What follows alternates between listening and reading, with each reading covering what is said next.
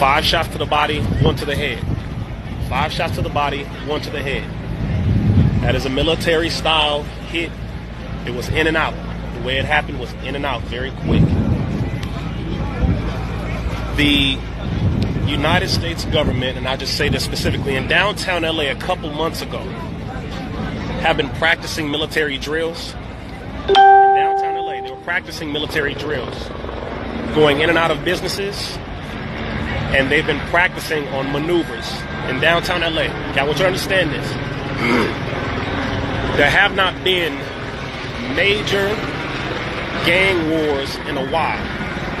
There have not been major gang wars in quite some time, and because of this, the government, how you doing, brother?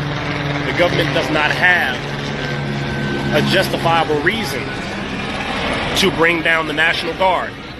So what's up, guys? This is Tarique.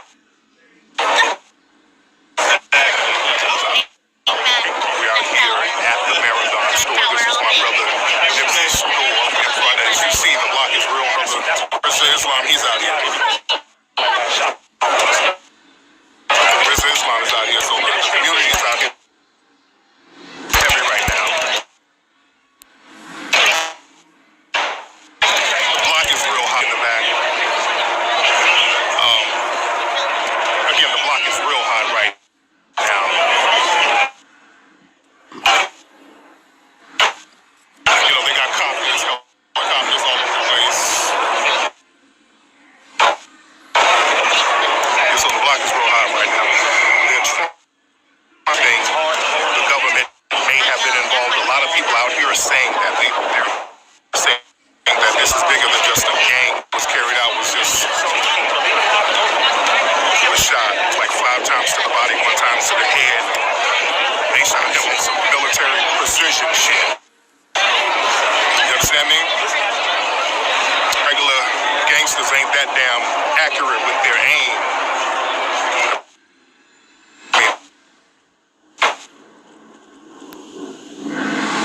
They got him 5-6 times, straight kill shots, bro. And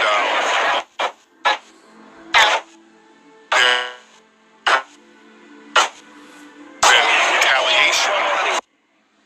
3:30 or 3:20, we responded to a call here on Slauson and Crenshaw. When I arrived, 3 victims were transported to the hospital, including one rapper named Nipsey Hussle, who obviously succumbed from his injuries. He was described as an African-American male, 2 guns.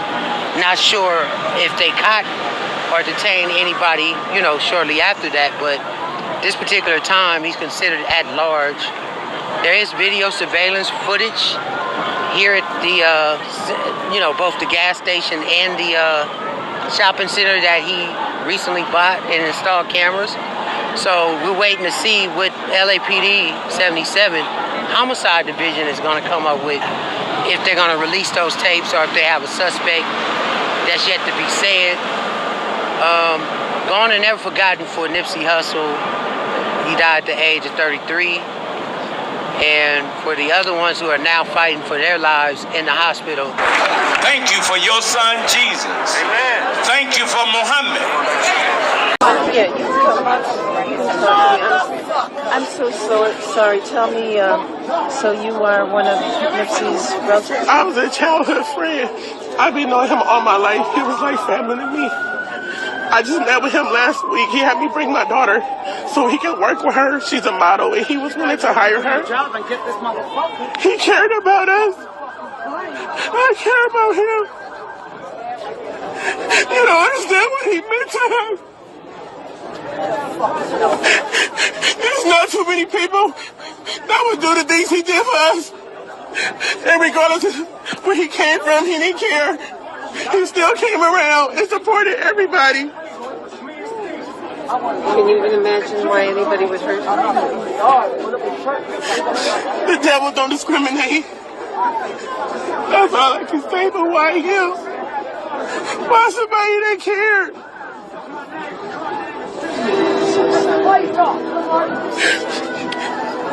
I did this for you, Hermes. I love you forever. You're gonna always remain relevant to me. Can I get your name? I say my fucking breath. For our community, we have lost a legend. We have lost someone who has inspired others, who have came from the ground all the way to the top. Back to the community. This community, when I was coming up, we looked up to the gang members hanging out on the corner. Now the gang members, we go to work every day. Now our kids watch us go to work. So Nipsey changed the cycle. I wish I could have took the bullet. I wish a lot of things. You know, he wasn't supposed to go out like that. This wasn't a part of the plan. I've been there from day one. We started off selling CDs in the trunk of the car 16 years ago, and we just purchased the building, just bought the whole building. So it's been 16 years in the making. Me and Nipsey was talking, and the dude that shot him, he came and shook our hands, said he was a rapper and all this old bullshit. Shook our hands. The dude went and got his burger. He left. When he left, I went and took my food in. As soon as I took my food inside the building, the dude came back around the building busting. So I might have left Nipsey's side maybe 3 seconds. I left him maybe approximately about 3 seconds that I had left Nipsey, and the dude came and shot him. We know who he is. It's no mystery. There's no mystery. We know who he is. Like I said, it's all hate and envy. That's all it was. It was jealousy, hate, and envy. Nipsey didn't deserve to die like that. What seems to be a less talented rapper, had envy and hate in his eyes. That's what it was all about. It was nothing else. There was no motive. It was no beef. It was nothing. It was nothing but envy, hate. I hope when they catch him, I hope he gets a slow death. I don't want him just to die. He needs a slow death, So he affected many lives, His jealousy and his envy affected the world. You killed a good man. Local guy, local enough that if he hit that parking lot, we put our guard down. He's one of us. Put our guard down. You know what I mean? Other than that, we wouldn't let anybody just up in our parking lot like that. We put our guard down because, like I said, he had just shook me and Nipsey hand. Prior to that, he just shook our hand, just left, and he came right back and shot him. Like I said, it was jealousy. And to all Nip fans, all your fans, we miss Nipsey, but this tragic incident, what Nip will want y'all to do is to go harder. Whatever your dream is, continue to do it. Use Nip as your idol. Just keep your movement. Whatever your movement is, Nip will want you to continue to do it. So he influenced a lot of people to do the right thing, not to do the wrong thing. He influenced people to be positive. And for him to go out like this is sad. It's sad in the community. It's sad for the whole world. It's a hurtful thing for us in the neighborhood. But I'm gonna only address this. Somebody got a text message going out they created talking about my name and this dude Eric Holden. Look at this text message. I don't know if y'all can copy that, take it down, whatever, but they sending this text message around. First of all, anybody who resent this, you lame as fuck. You lame as fuck for resending to somebody with your dumb ass. This motherfucker got 8 numbers on it. 746-6746-2208. All right. Then it's talking about LAPD with a 746 number. Ain't no LAPD looking for me. Ain't nobody looking for me. You know what I'm saying? But it's just that same Suge killed Tupac.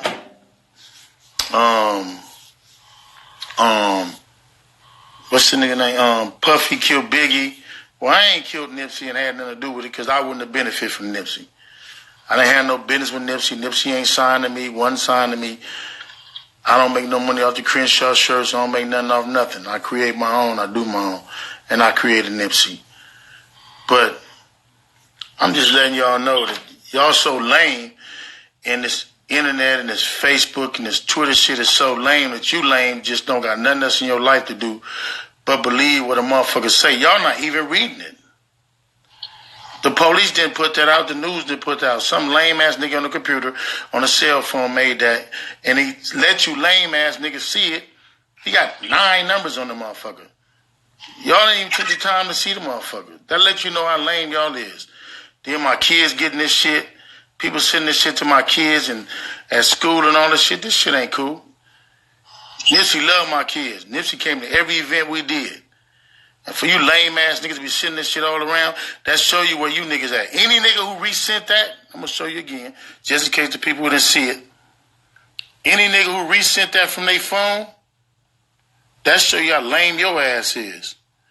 This motherfucker got 746, that's 3 numbers. 6746, that's 4 numbers. 2208, that's 4 more numbers. That show you what you lame ass niggas is. I talk to Nip every day. And all you motherfuckers talking about Nipsey this, you love Nipsey. Where was you at, niggas, when you was going for the Grammy? How many of you niggas reposted this shit for Grammy? How many of you niggas helped him get his started? How many of you niggas did songs with him prior to him dropping this album? How many of you niggas helped him get on where he got to? None of you niggas. I was there when they told us Nipsey need to change his name. No, don't call yourself Nipsey because it's a Nipsey Hussle, a comedian. He dead. I was there when niggas told us don't say the hood, don't push the hood. And secondly, I'm going to leave it like this. Nipsey friend or homeboy didn't kill Nipsey. It was a nigga that wasn't supposed to be in the hood that killed Nipsey. Period, point blank. Period, point blank. If you get fired from the post office and you come back and kill everybody at the post office, were you a member of the post office? No, you was an ex-employee of the post office. Clearly, they say Nipsey told the dude he couldn't be over there. So how was they friends? Nigga, your friendship ain't no friend. You gonna tell him he can't be around? But that's all I'm gonna say about it. I love cousin. I mean, he knew it. I talk to him every day. But and anybody who mourning right, peace be to you. Stay focused. And all these lames talking about they don't want to do nothing in their hood, that's lame.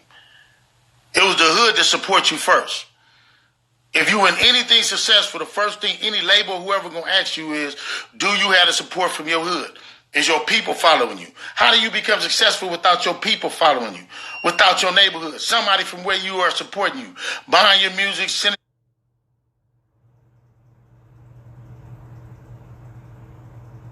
If you don't want to do nothing for your hood, you want to get paid and leave your neighborhood, then do it. Don't use Nipsey as that. Because every time he got a chance, he did something for Developing Option. He did something for our kids. He came to our banquet, supported our banquet. He just did whatever he did at the little movie thing, donated $7,000 to Developing Option for the kids. This is what he did. This is what he did. He was right in the Crenshaw district. And for all you lame that trying to make it like Crenshaw is fucked up, we ain't fucked up over here. We got problems like everybody else. But y'all niggas is real lame with this text message, though. That's the only reason I'm saying something. But I love my nigga, though. We had our differences, but we got over it. When he got ready to push his music, he called me. He flew me to New York. He had me come listen to it. He had me come speak on his whole album. I was in the booth for 2 days going back and forth speaking on Nipsey album. So check your stats. Silly ass niggas. And you lame ass so-called entertainers talking about y'all love Cuz so much. Do something for where Cuz came from. Lame ass niggas talking about his homeboys killed him. His homeboys ain't did shit to him. That nigga won his homeboys. He didn't have beef with his homeboys. He didn't got into it, but it's like homeboys, nigga. We get past and we move on. Lame ass niggas. 88-year-old grandmother says her broken heart finds some comfort in how her grandson touched so many people. I hope these young people will get the message and live a better life. Live a better life. MargaretBoutte helped to raise Hussle, whose real name is Ermias Ashkadom. Hussle talked about her in an interview with CBS 2 anchor Pat Harvey before this year's Grammys. I was raised by my mom, grandma. She was real. Just big on keeping a tight family and big on love. Boutte was at home last Sunday when Hussle's brother got the call from Hussle himself that he had been shot. He got the call and he ran out of here so fast. He never does that in the morning. Right away, I called his mother. I said, Angel, she's called Angelique, but I call her Angel. Something must have happened. I said, Samuel jumped up. He didn't take his shower. He got out of here so fast. Samuel was racing to the marathon, Hussle's store, the place where he had been shot multiple times. Samuel would be there for his brother's last breaths. Sammy got up there soon enough to start helping his brother. So Ermias knew Samuel was there before he died. Hussle's accused killer got away, but not for long. Eric Holder was arrested Tuesday in Bellflower and arraigned yesterday. Motive for the murder is still unclear. Police are only saying the two had a dispute before the shooting. Incredibly, Hussle's grandmother had only these words for Hussle's accused killer. I'm praying for him too. I hope he does not get killed in custody. Have enough time to ask God for forgiveness. I'm a Catholic. I do believe in prayers, and I'm praying for him. He was a young, ignorant situation, and I'm hoping he's sorry for what he did.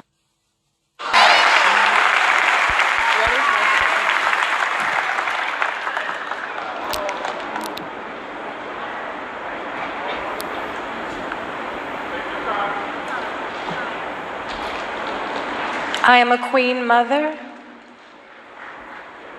and I represent African people. And I just want to know why they didn't show me at the crime scene. My conversation went something like this to the officer. What happened? Someone was shot. Who? Nipsey Hussle. My spirit said, oh, that's it. That's why I was finished processing my son's assassination. I said, where was he shot? He pointed right there. I looked at his car. I saw a crescent shape of his personal belongings with a space between his vehicle, and it was peaceful. I saw no blood there. I said, is he dead? He said, the paramedics took him to California Hospital, I think. I said, will you please double check with the paramedics to make sure so that I do not drive to the wrong location? When he went to do that, one of Ermias's close friends was very traumatized. I walked over to him and put my hands on his shoulder, and I told him, Evan, look into my eyes, Evan. I said, you know that we are spiritual beings having a physical experience, right, Evan? You understand that, right? So even though our bodies die, as they call it, on this side of eternity, our spirits live. We lift out of this vessel and we continue on. And then I felt a spirit of retribution and revenge when I had my hands on his shoulder and I had to talk. And I was 100% present in the spirit and 100% absent in the body until I felt that spirit of retribution and revenge. And then I started talking to Evan, and I don't even know what words I used because I was very frightened then. That frightened me. I cannot remember what I said, but I could tell that I had chased those spirits away from him. So I walked back to the yellow tape, and the officer greeted me, and he said, yes, that's the right hospital. And I told him, thank you very much, officer. And I looked at his badge, Resurrection. And when I walked away, there was a woman running down the alley behind the Fat Burger. She was heavy busted and looked like her breasts were gonna make her tumble over. It's broken asphalt, you know. And she was just in grief. She was just grief. I told her, hey, wait, what are you doing? Stop, look at me, okay? I'm his mother. Get yourself together. I need you to help me get my car out of this parking space, okay? Ermias and I held the same space. I did not sleep for 2 weeks leading up to his assassination. I did not sleep at all Saturday night. I went to sleep at 6 a.m. Sunday morning. Lauren told me that Ermias held the same space. He celebrated my godson's birthday, which was March the 31st. He came home and he was organizing things like women do when they're about to give birth. We nest. We start cleaning up things, you see. So Ermias was nesting because his spirit, his baby spirit, was about to be born. Thank you. You know, it wasn't just about him getting there. You know, he'd been fly since a young age. You know, it wasn't about that. It was about bringing it back and inspiring and building. And he had so many plans and he had so many people that he wanted to involve in his plans. And it was getting there, you know. We bought the lot, man, but I don't know how we did it, you know.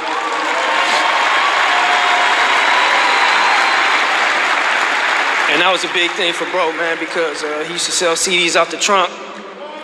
You know, he used to be in that parking lot, and they used to try to kick him out of the lot. And y'all know what we went through with the police in that lot. And I don't know if anybody knows, we had got a 30-day notice. And they was kicking us out of all the businesses that we own in the lot. And the owner was like, man, I'm so sorry. The district attorney and the police, they putting pressure on us. They said we could lose this property if we don't kick you guys out the lot. I remember this used to be a vacant lot and people used to be scared to rent the lot. You guys came here, you changed it. People are pulling up. Every lot is rented. And at this point, if you guys still are interested in buying a lot, you know, rather than kick you guys out, we're willing to sell it to you.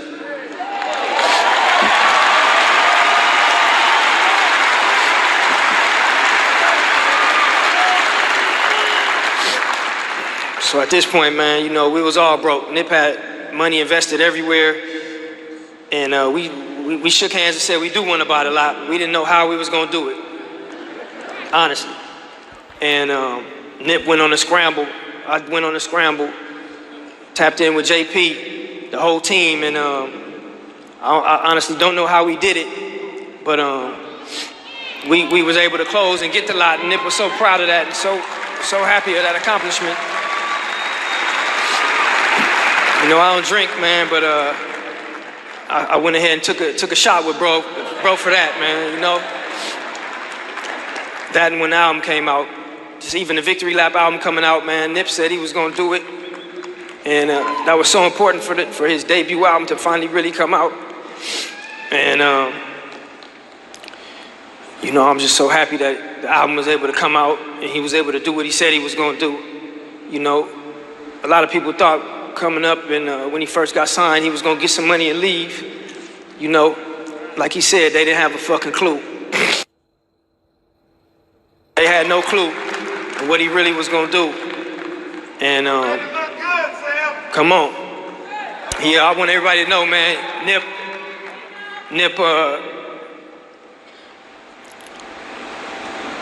put his heart and soul on Crenshaw and Slauson. And we used to talk, you know, we gotta go. We don't know if we're gonna go at 80, 60, 30 or 20. But the one thing is to make sure when you go the right way. You stand up for what you believe in. You put your money where your mouth is. You never fold.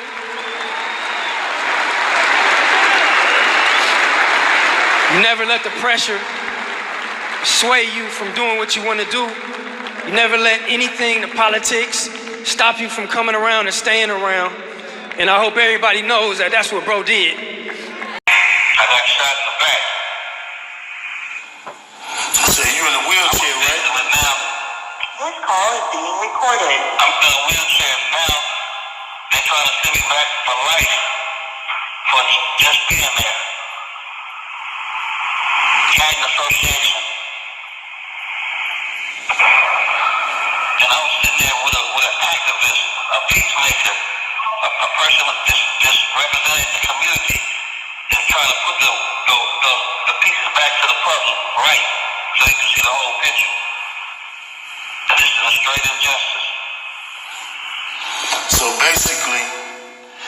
basically right now, they came and picked you up from the halfway house. From the halfway house. They picked me up out the halfway house. I was at a meeting because I checked myself out of the hospital because it wasn't giving me the care that I needed. You know, pain man supposed to be served a certain time, then you an hour and a half late, and I'm at, you know, I got a piece of my spine chipped off from the bullet, and I'm trying to get medical attention. I said I might as well go back to the halfway house. I go back to the halfway house, and 3 parolees just come and take me out of parole meeting, the meeting we had in the backyard, and I say, look, you under arrest. For what? I'm a victim. I'm under arrest. He said, it didn't come from us. I said, it didn't come from my parole? No. He said it came from higher up. You know, but now, y'all got me facing life in prison for being a victim, for being shot. That's injustice. How long you been free? How long you been home? About 7 months. I got a daughter's birthday is right around the corner, May 8th. And I promised her this will be your first birthday with your dad, her 30th. This is injustice. You know, when you came home, people had to help you. People that you knew that you grew up with had to give you money, give you support, and try to take care of you. You know what I mean? Yeah. I came up there and gave you some money before I see you. People gave you clothes, everybody that you knew. But if you come home and you deal with us, you can get violated because you're dealing with what they say will be gang members, right? That's my family, the only family I got left. My mother died when I was in prison. I had a stroke. That put me on a walker. Now this bullet put me on a wheelchair. That's a lot of injustice. How old are you? 56. How old were you when you were incarcerated? 31. And you did, how many years you do? 25. You did a total of 25 years. You come home. You wasn't hanging out. You weren't hanging out with no gang members. You just came home. Right. I came to see my granddaughter, a daughter I've never met. So the closest thing I could do is to go to her daughter. And when she said, Papa Kerry been hurt? This call is being recorded. That just broke my heart. So they had to bring her to the hospital to see me. They said, he okay? I'm like, yeah, I'm alright. I'll make it out through this. But make sure you let the people know, bro. 9 years old. Let the people know that you in a wheelchair, man. That you are in a wheelchair right now trying to learn how to use your legs. You just did 25 years in prison. Paid your debt to society for the wrong that you did. And you wasn't hanging out. You're 56 years old. Let the people know again, man, because some people may miss this. They need to understand that, you know, you're not nobody out here causing no trouble. You don't deserve to be locked up right now. You watch injustice because for them to lock me up and I found everything they said and done everything they asked of me, this is injustice because after you do everything they asked you to do and there's still no right or wrong, this is injustice for real on my life. How can people now they want me to go? How can people reach you? Leave your CDC number and your name so people can contact you if they want to reach out to help. Okay. Just a minute. Pull my shirt up and read the number off. 0 5 5 9 46 45.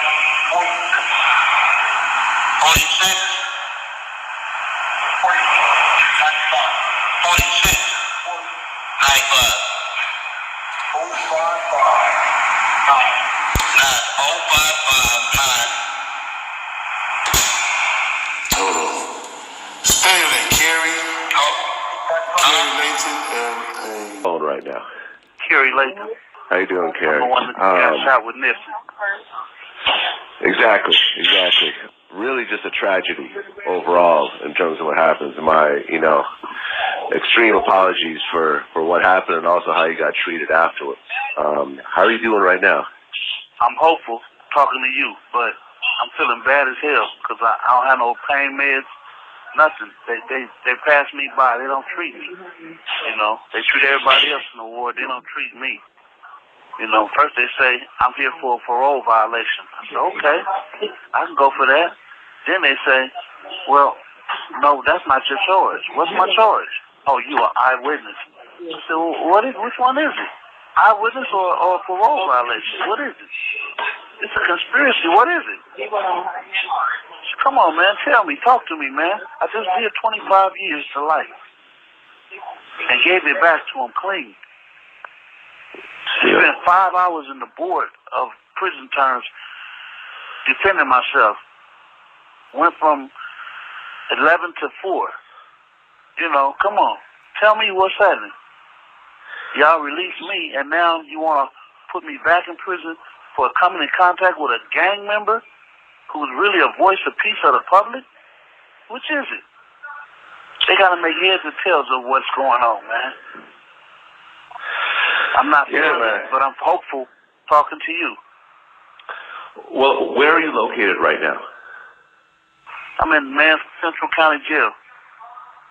Okay. 7,000th floor. And just so people understand kind of the full story of what happened, once you're out in the system, how are you, kind of reacclimating into society and sort of getting back on your feet?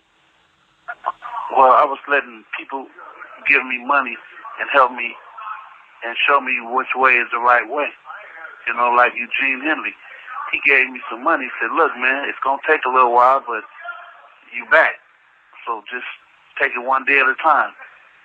I said, okay. He said, don't let it overwhelm you. Just take it one day at a time. We were raised up together, me and Eugene. Mm-hmm. Y'all might know him as BigU. Yeah, who's actually on the phone right now, who helped set up this phone call. Right. Man, I think he's the one that discovered Nipsey. Yeah, he was. He first signed Nipsey, and we actually went into that whole story. Yeah. Okay. So did you know of Nipsey before, while you were locked up before, or any of that sort? No, he was a kid, a child. He probably was 8 years old or 7 when I got locked up. Right. So you had no affiliation with him at all? At all. Not at all. At all. Got it. Somebody gave me a couple of pictures and say, hey, that's the new rapper. I said, is that right? Yeah. So when I got out, I took a selfie with him. He's a celebrity. Everybody's taking selfies. Let me take one. That's on my phone in front of the Marathon store. Okay. So the day of the incident, can you describe what happened exactly? Me and my nephew were going up the street to console somebody else's parents because they just lost their parents. So he said, you don't have to keep wearing that shirt. I was like, what? He said, this shirt. I said, it's clean. He said, look, it's dingy. You're in the new world. You're not in prison no more. You can pull right. He said, matter of fact, they go Nipsey in a lot, so you could pull right in and grab you a fresh white shirt. I'm like, okay. So when I go in there, they didn't have the white ones that I wanted. I said, when y'all gonna get that in again? He said, well, they go Nipsey in a lot. Go talk to him. And I talked to him. He said, that'll be about a week, bro. I said, okay. And when I said it, it was all bad. The gunman turned around the car and shot me, then shot Nipsey. And then shot my nephew. I didn't know what was going on. I'm like, what the hell? But I fell on my stomach. And all I could see was people's feet. I couldn't see nothing else. I said, so they got it wrong. They talk about me as being an eyewitness. What was I supposed to do? When I see a gun, I turn around and run. I don't stop and take a selfie at a gunman. I don't do that. Yeah. I ain't no fool. You see a gun, you run. Okay. So the whole shooting happened. You get hit, your nephew gets hit. In less than 3 seconds, 3 minutes. I was only, if you replay the scenario and see when the black Escalade van truck pulled up, that's us in the black truck. It all happened in less than 3 minutes.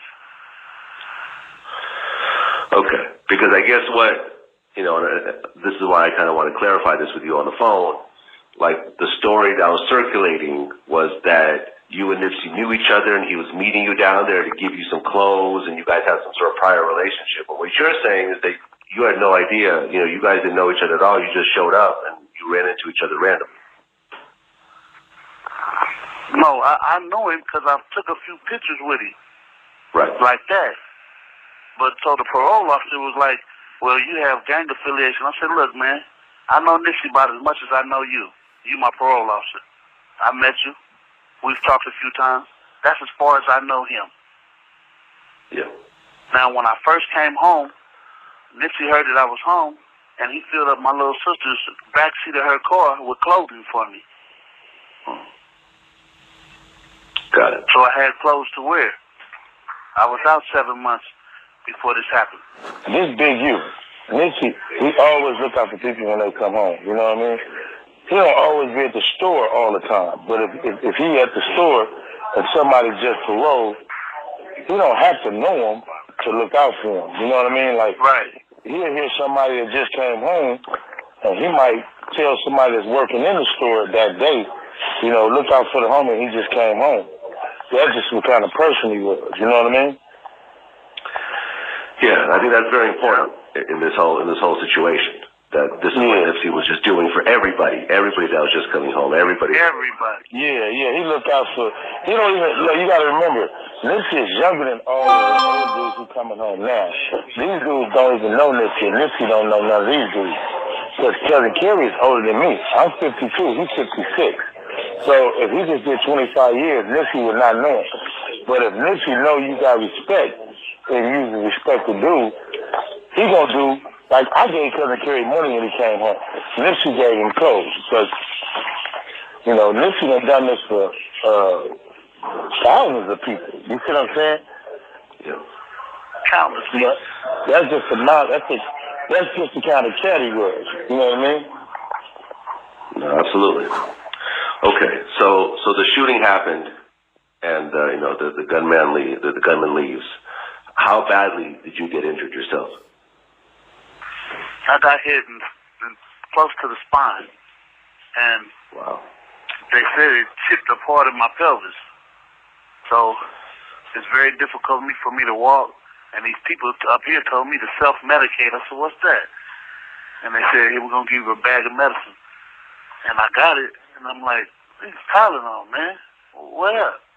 Wow. They said, well, this is all we can give you. I said, well, I came with my medicine, but they gave that back to my parole officer and said, no, he won't be needing this. I said, this is what the doctor prescribed. They said, we got you. We got our own medicine here. And so you're actually no more. So you're actually in a wheelchair right now. I'm in a wheelchair as we speak. Sitting by a tray slide on the door. So the shooting happened, and you get taken to the hospital, and then they put you in a wheelchair. Right. And you're thinking, okay, the worst part is now over, at least. And then what happens with your parole officer after that?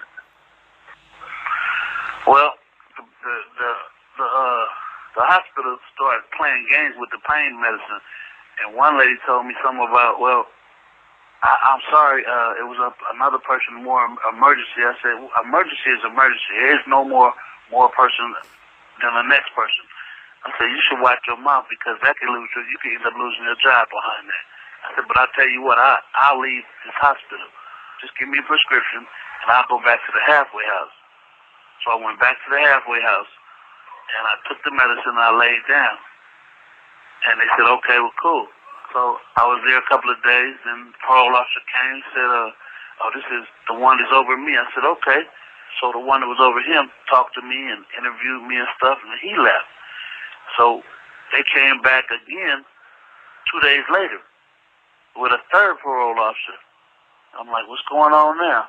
They said, well, we gotta take you into custody. I said, for what? He said, it's over our pay grade. It ain't us. It's up over it's higher than us. I said, what do you mean? He said, well, it's like parole board. I said, yeah?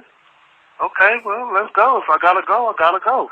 But I was in a meeting when they took me out of the meeting at the place. I'm like, okay. So they take me to my room. They take my chain off, and they take the money that BigU gave me. So they said, okay. I said, I'll just leave it here until I come back. He said, yeah. Well, you might come back. You might not. You could come back tomorrow. I said, well, I don't need to carry it if I'm coming back tomorrow. He said, all right. So when I get here, they said, well, you're here for parole violation. I said, for what? Well, coming into contact with a known gang member. I said, man, I ain't coming into contact with nobody. I was visiting some people going to pay respects to a person's father who just passed away. My buddy, Ronnie. His father just died that Sunday. So that's all I was doing. And I was just going to change my shirt so I could look presentable in front of their people. That's it. And when I stopped over there with Nip, I got shot. And they violated your parole over that? And they violated my parole on that. Because first they said, we didn't see you did nothing wrong. Nobody said you did nothing wrong. No, his parole hasn't been actually violated yet. He has to go to a hearing. They can't just violate it, so it's a process. So that's what we're trying to prevent him from violating his parole. He hasn't actually been violated yet. Well, that's actually better news than what's being presented. I mean, everything out there is saying that you actually violated parole and you're not going back to prison. Like, at least there's still a process that's left. Yeah, it's still a process. There's still a process right now, so that's why we hired at two attorneys right now, and we're trying to raise money for him to have some money when he come home, because now but the fact that he's in a wheelchair and he's been shot, he's not gonna be able to do no work. He can barely walk, and over the last couple of days, he's losing the use of his legs. Like, tell him about the swelling in your legs. Yeah, my left leg, off where your knee is down to your ankle, is swelling up and it's getting numb. And I'm like, it's probably because that bullet hit a nerve or something. Because my foot, I can't even hardly feel my foot, like when your foot go to sleep. But that's how my whole left side feel right now, where the bullet went in. And that's kind of bad. How many times did you actually get shot? Once. Sorry, But when they hit me, it put me on the ground. You know, I couldn't get up. I could feel my legs, but I couldn't get up. And without your pelvis, you can't move or do nothing. Yeah. Okay. I landed on my stomach. Now, how's your nephew doing, by the way? He's okay. The bullet hit his belt buckle. So I said, that's God all day. You know, he was like, there go my uncle. He dead. I said, look, man, I'm not dead. Calm down. Are you all right? And he said, the bullet hit my belt buckle and there it go on the ground. I said, okay, well, I'm cool. You all right? He said, just graze him a little bit. I said, all right, that's cool.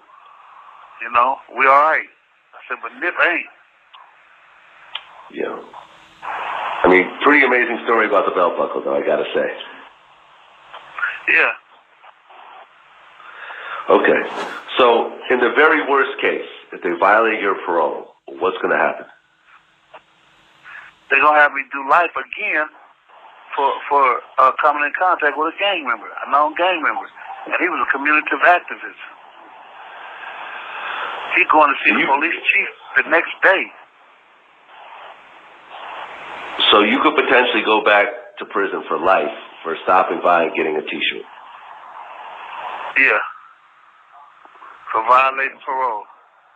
That's not right. And I just did life. That's just not right. Yeah, well, you can't solve a problem with the same mind that created it, man.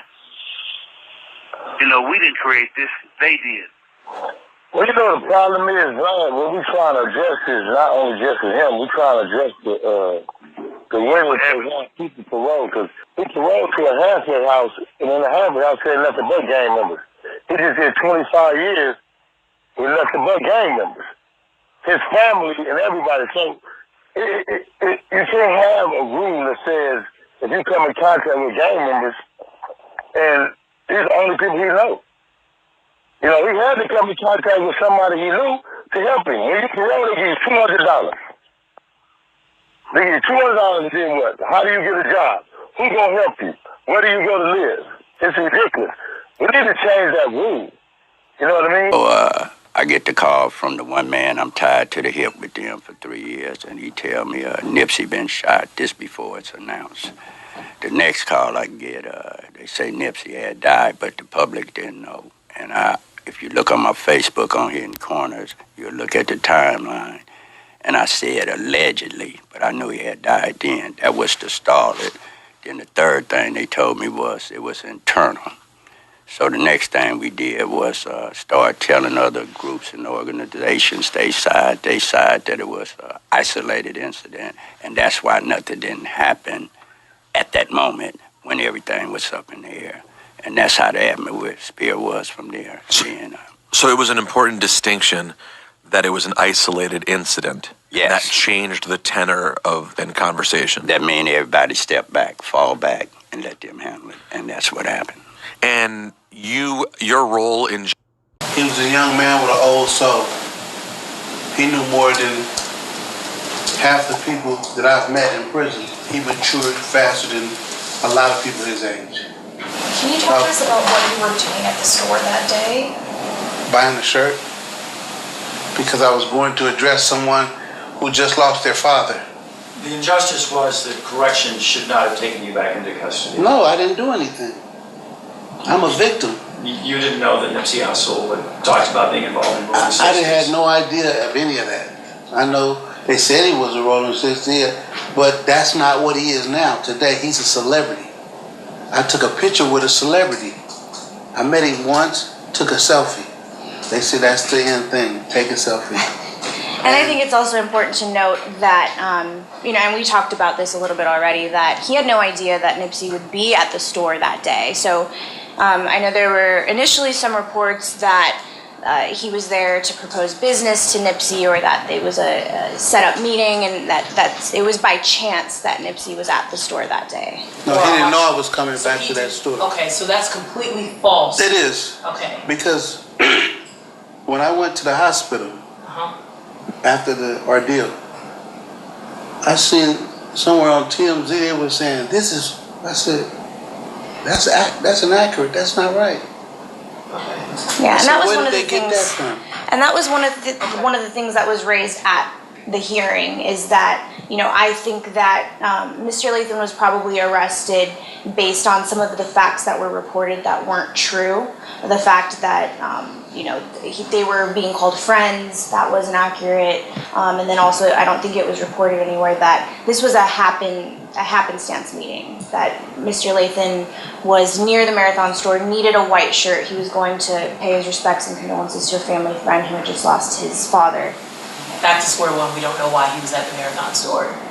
Because that was what we thought. Yeah. He was at the Marathon store helping out. Yeah, I mean, this has changed the entire yeah, and Mr. Lathan's, I mean, not in a position to say why he was there. But you were there just getting a shirt, either from the Marathon or the other store next to it, right? The one where they sell the white shirts and what. Got it.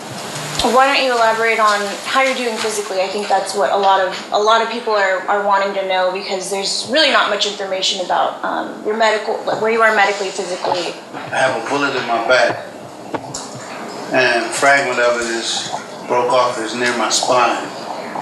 And they say, well, if we will take it out, it's a possibility you could be paralyzed. And it still went through nerve endings. So now my left side is like when your foot goes to sleep, you have to stomp it to wake it and get it back up, but it don't get up, it just stays numb.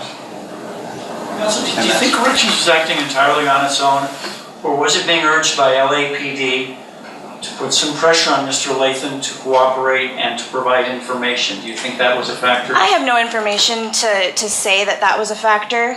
It would be a total guess. And But we asked Mr. Lathan, was that ever told you, talk to us, cooperate with us, and we'll talk to your friends at corrections and take care of that for you? That was never told to me. Sorry. Mr. Lathan, with counsel's permission, could you describe first what went through your heart after you realized that Nipsey Hussle would not survive?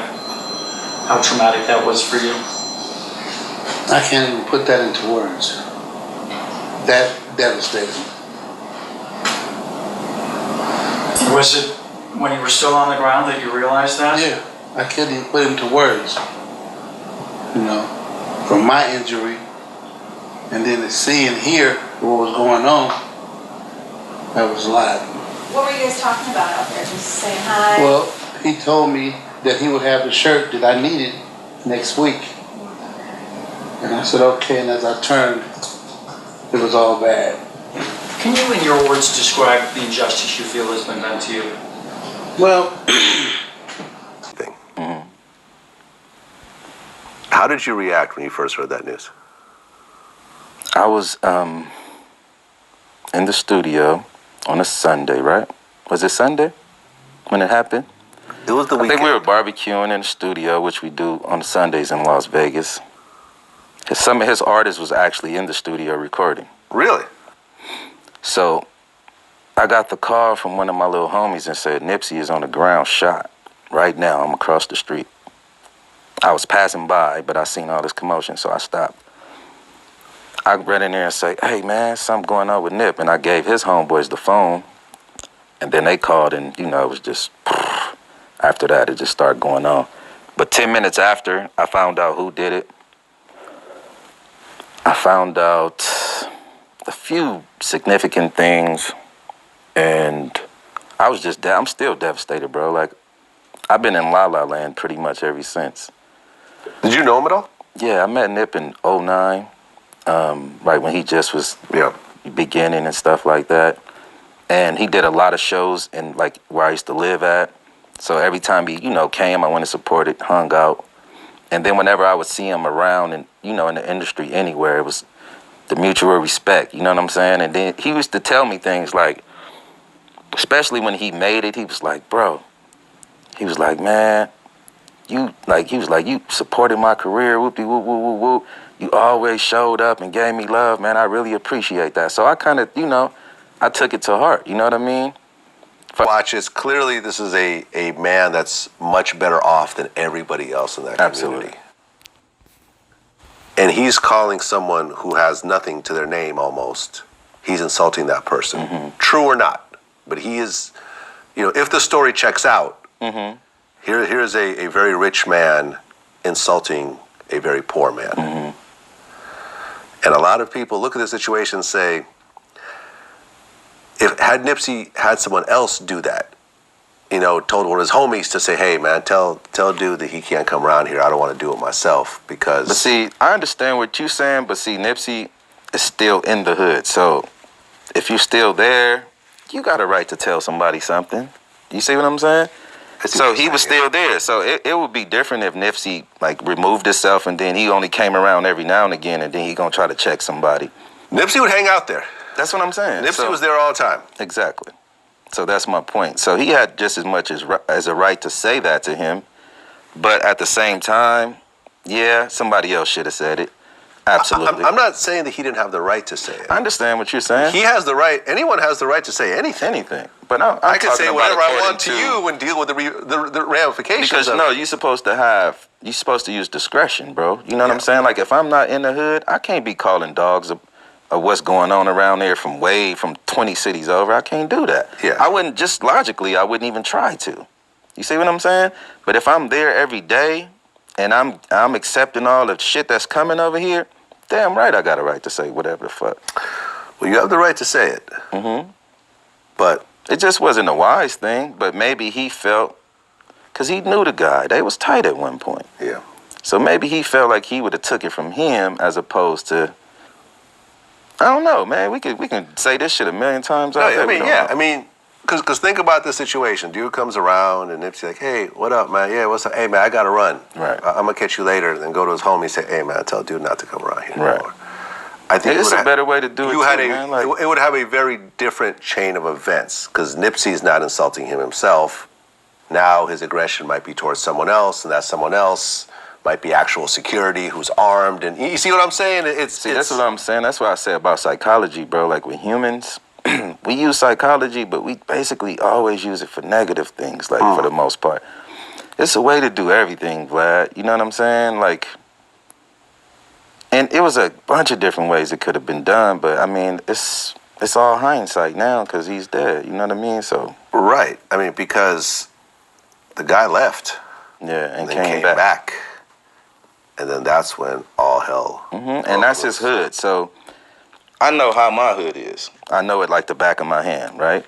So I know how to time stuff. I know, I know everything. I know who's out. Oh, such and such. Them two might be heated. Let me wait.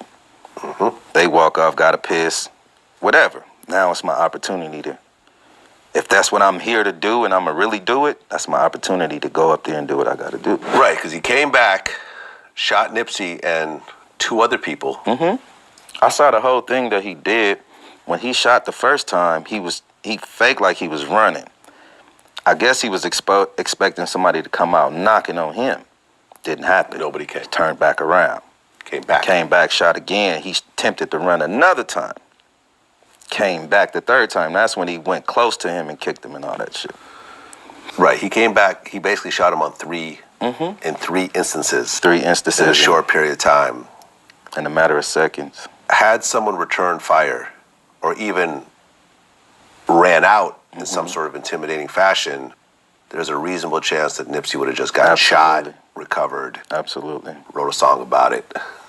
Absolutely. And become an even bigger figure. That shit, it bothers me to no end that nobody was out there, yo. Like, and even the people that was there, like, and I understand that place is hot, the police come and all that, but that's a part of the game, bro. Like, y'all golden egg is right here. You don't never leave him in that situation. I wouldn't give you don't do that, bro. The golden egg. Yeah, I mean, you don't pretty do much. that. The one that's helping the whole commented on this situation from prison. He said that Nipsey's loyalty to his hood got him murdered. Do you agree? Yeah. Ultimately, it did. It did, There's no other way to see it. Because if he would have operated on the level that he was actually ascending to, he would have become more exclusive. He would have become more exclusive because he would have really recognized his value alive. I mean, when you're in that mind frame like this to set, man, when I was 33, I was right there where he was at. And I was about 5 years in the game, 6 years in the rap game. I had been on a few albums, was known. I was already known before I became known as a rapper, and that just added extra notoriety. So you were hanging out in Long Beach at 33. Long Beach, Compton, L.A., stopping Watts, all that. Interesting answers. You've come in contact with Nipsey. You respect him. You were hanging out with his homies. Absolutely. His artists at the time that, his murder happened. So you're somewhat close to this, to him and his situation in your own way. Absolutely. Let's just say that Eric Holder never got caught. And you're driving around in Vegas, and there you see him at a parking lot. I would smoke. You would kill him. Right there. That's exactly what TrayDee said.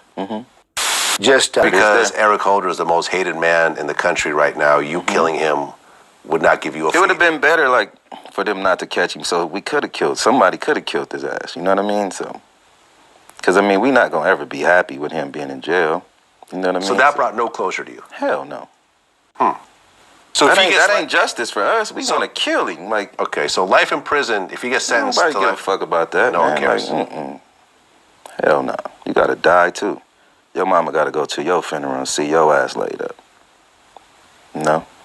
So you would risk your own freedom? Absolutely. Okay. For the right reason, yeah. And you in a heartbeat. And this situation would be the right reason? Absolutely. Youth growing up in the gangbang capital of the United States. You can't hold yourself accountable for how you thought then because you really had no plan for life. You know, every day was, okay, I'm going out here with my red or my blue rag, you know, whoever I encounter, I got my pistol on me, and I'm either get another stripe or it might be my day. You know, so that was your whole ambition, was to survive the day.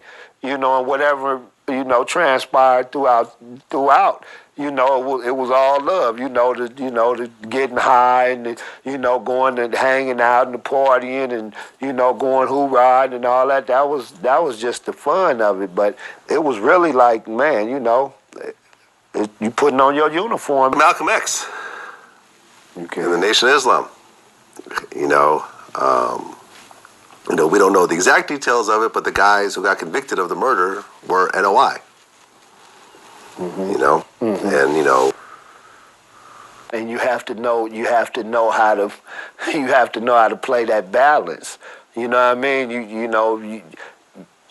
Especially being someone of a celebrity status, someone automatically gonna look at you when you tell them anything street related or something like that. It's like, fool, I'm down here every day. You ain't gotta be down here. You can't tell me nothing. And it's like, if that came from somebody else that they knew who was out there moving around the same streets they was moving around when they was moving around, it'd be like, oh yeah, let me go on and slide off. You know what I'm saying? This ain't cool because I know how this gonna turn out. It's like, hold on, homie, you rap, so I'm not worrying about you drawing down on me and knocking me down because you're not finna risk everything you got like that. So why is you pushing the line on me like that? So, he probably felt extra insulted because it's like everybody else letting him coexist. How you don't even have to be here and you telling me I can't be here? Yeah, I mean, it kind of reminds me of the Tupac situation a little bit. When you have a situation where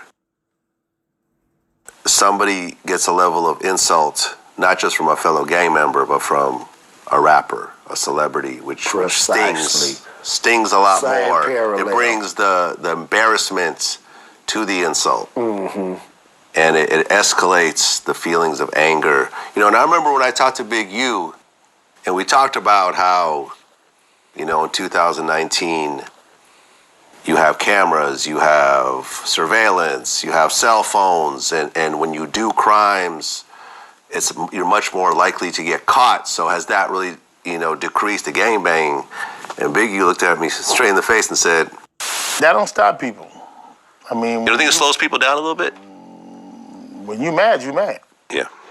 If you upset and you on your thing, you mad because but you going. Yeah. Now, it may stop that dude who's not really serious about it, but it's not gonna stop somebody who, if they going, they going. And they really ain't caring in that moment about no cameras, and I've seen it happen. Yeah. It's very chilling, but that's basically it. Once you get angry, I don't give a fuck if there's a camera right there. Facts. Don't care if there's 20 people around. Yeah. I'm going to try to shoot all of them. How's that? Because that's basically what it looked like. It looked like he was trying to kill everybody. He shot 3 people. Yeah. Then came back. I guess he came back like twice. Yeah, that's what they said. Yeah, nobody returned fire. Because, you don't know what would have happened, but had he shot once and then somebody pulled out a gun or something like that, and it was now dangerous, he wouldn't be able to, Nipsey might still be alive today. It was just everything was perfect for that to happen the way it did. Just from the lack of retaliation and everything. It was like it was ordained, man. It was preordained. God don't make no mistakes. We talked about this before, about working with police. You knew Nipsey, and you had a lot of respect for him. Mm-hmm. For different reasons, both your personal relationship and what he's done as a whole. Mm-hmm. If after the shooting had happened, if you were driving down the street and you saw Eric Holder just hanging out at a store on the corner, what would you have done when the manhunt was still going?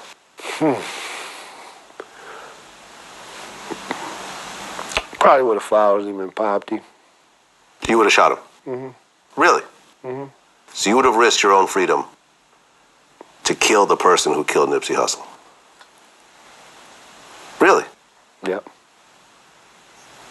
You're the first person that I've asked that question to that's answered it in that way. Yeah. I would have did. I love the dude, man. I really did. You know, just for the person that he was. You say you shook hands with Eric Holder minutes before he shot Nip. Why do you think he did it? I mean, it just seemed like envy, hate, or whatever it may be, jealousy. You know, like I said, you know, it seemed like that was his go out with a bang. Now, you know, now the world gonna know you as that. You know what I mean? So, you know, that's the only thing I can see. You know what I mean? He was a weirdo, been gone, didn't nobody, you know, nobody. He was just a reject. You know what I mean? Never could make the final cut, whatever it may be. You know, instead of looking at Nip's success and feeling like, yeah, I could do it, he got jealous. You know what I mean? And his jealousy, whatever it may be. So now he in jail. You know, when they sentence him to wherever he gotta go, I got one request that they change his middle name to Dick, so his name would be Eric Dick Holder from here on out. But the marathon continues, and I'm going to keep on and I'm doing another movie soon.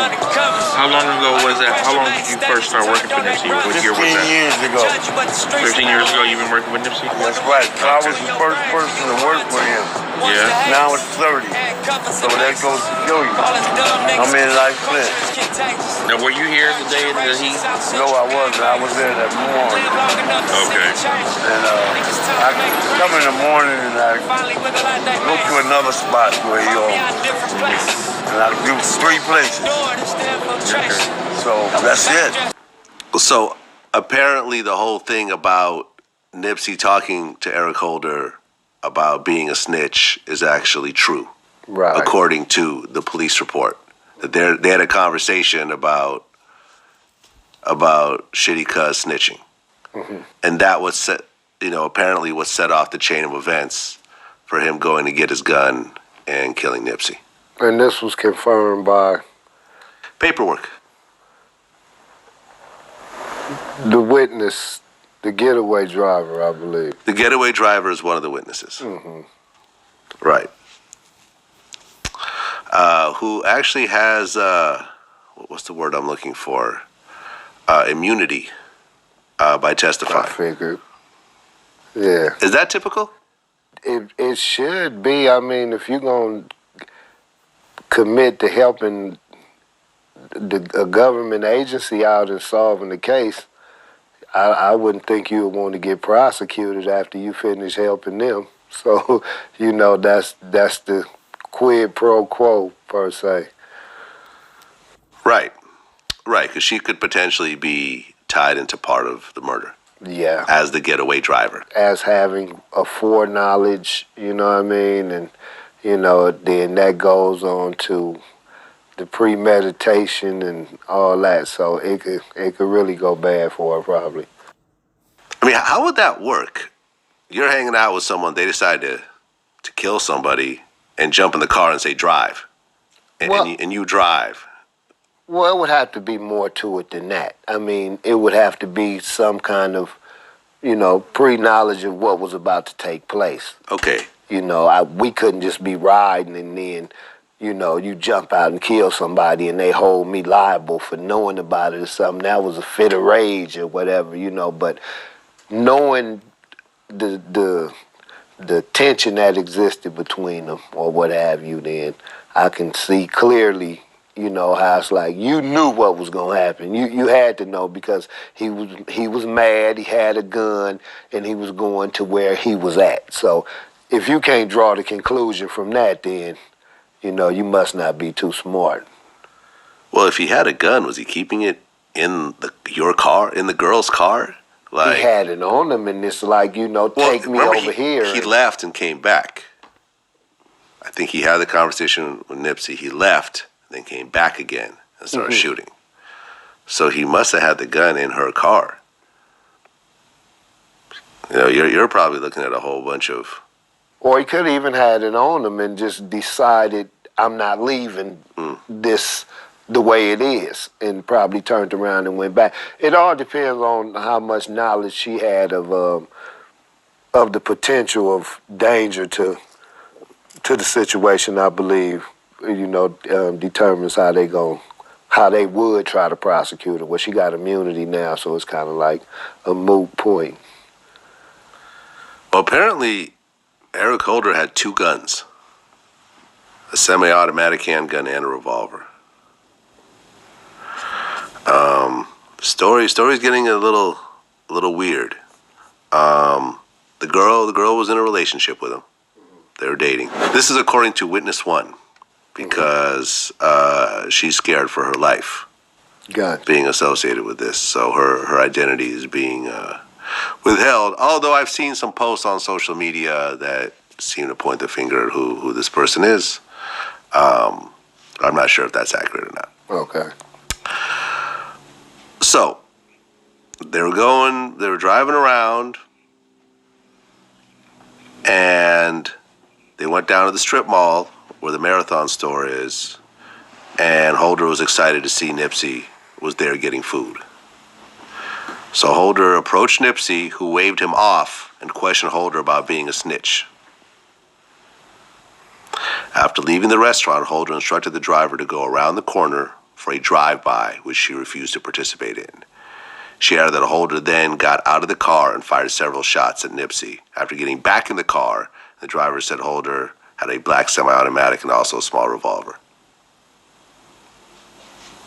Nipsey's business associate, HermanDouglas, who also testified in the case, revealed that he heard the conversation between Nipsey and Holder. He reiterated the part about Nipsey calling Holder a snitch, adding the rapper could tell Holder to take care of it. Adding that the rapper told Holder to take care of it. Herman added that Holder denied snitching and said that people were just hating on him. There's 2 witnesses, one named and one unnamed, laying out the actual situation right there. From beginning to end, and it seems like both of their stories coincide with each other, although they do not know each other. Right? This girl does not know Nipsey's business partner. Like, exactly. Their stories match up. Now that you hear this story, because there's been rumors up to this point, now that you hear the way it's laid out, what's your take on it? From what standpoint? My take from what standpoint? Well, what do you think about the situation now that you see the way it went down? This is pretty much how the story was told from the beginning. You know, this is the way it was reported when it first came down the hood grapevine. You know, right. Which isn't always accurate, but this time it seems like it was. Hey, the accuracy is pretty high. I tell you that. You know, with the hood grapevine. So that's how it came, and the story was twisted a couple of times, but that premise has never left, you know, the story, you know, that, you know, he was called a snitch and, you know, he felt slighted and, you know, he responded. So, you know, my question is still, why was he around? That's my whole take on it. Why was he around? And I'm not saying, you know, like, they hood is no different from any other hood, because every hood got some snitches running around there, and some people cater to them, and some people, you know, act like they're invisible, and, you know, it's basically based on the person's principles and integrity of how he interacts with a snitch. I don't engage or entertain people that talk, man. Okay. I was raised against that. Okay. So you've done that. You've asked, hey, I heard that you told. Yes. Has a person ever denied it and then you found out otherwise? I'm sure a bunch of people have denied it. Don't none immediately come to mind. That situation came to mind because something resulted from that. But yeah, shit. So Nipsey Nipsey tells Eric Holder that you're snitching and you can't be around. I can't be around you. You can't be around me. Yeah, you can't be around me. Yeah. Yeah, I'm not coming to hang out with you. You're coming over. You're approaching me. You can't be around me. Mm-hmm. But he's saying this himself as opposed to someone else telling him this. Mm-hmm. Why do you think Nipsey didn't just be like, hey? He was an active, he was an active young homie. He was still, in his mind, this is his set, this is his hood. You know what I mean? This is, I'm building shit over here. This is my community, you know what I mean? So we're going to keep it straight as we can all the way around with the, policies and guidelines and the tradition that we came up under. So, he had a good heart and a good spirit, but, certain things you don't ignore when you know. Certain things you can't ignore. Okay, so Nipsey tells him he's a snitch. And he denies it and said, nah, motherfuckers is hating on me. He goes, well, go handle it then. Go show, Is there a process you go through where you pull paperwork or something like that? Or if motherfuckers want to see it, otherwise it's like, I saw the paperwork from the homie in there, and he told the homie. So you a real nigga and you not one. Look like I got a deal, I ain't got one. To the top one. They're saying like this, man, they been flowing too. It's my race, the bitch fucking my DNA in. Remember they didn't want to let me in. They want to see me in this bitch. They want to see me in. They let me pass on my chance. On my chance.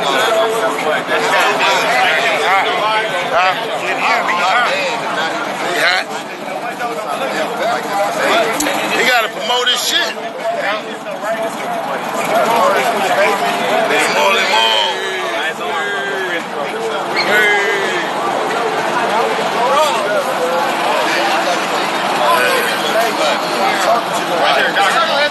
That's why nigga don't do that.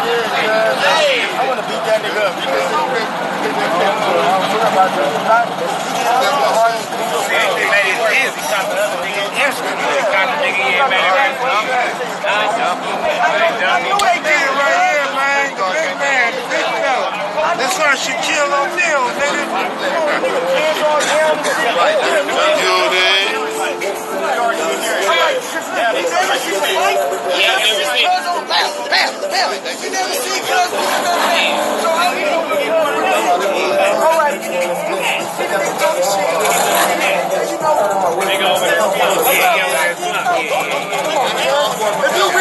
If you really fuck the nigga up, nigga gonna be taking it like again. Nigga be taking that. Get your ass up out here. Dolo, nigga. Dolo, nigga. This nigga's a bitch, cuz. Wait, what you waiting on, though? You don't know what you waiting on, though, nigga. What you waiting on? You got to tell us what you waiting on. Damn, my mama broke you with a Justice for them.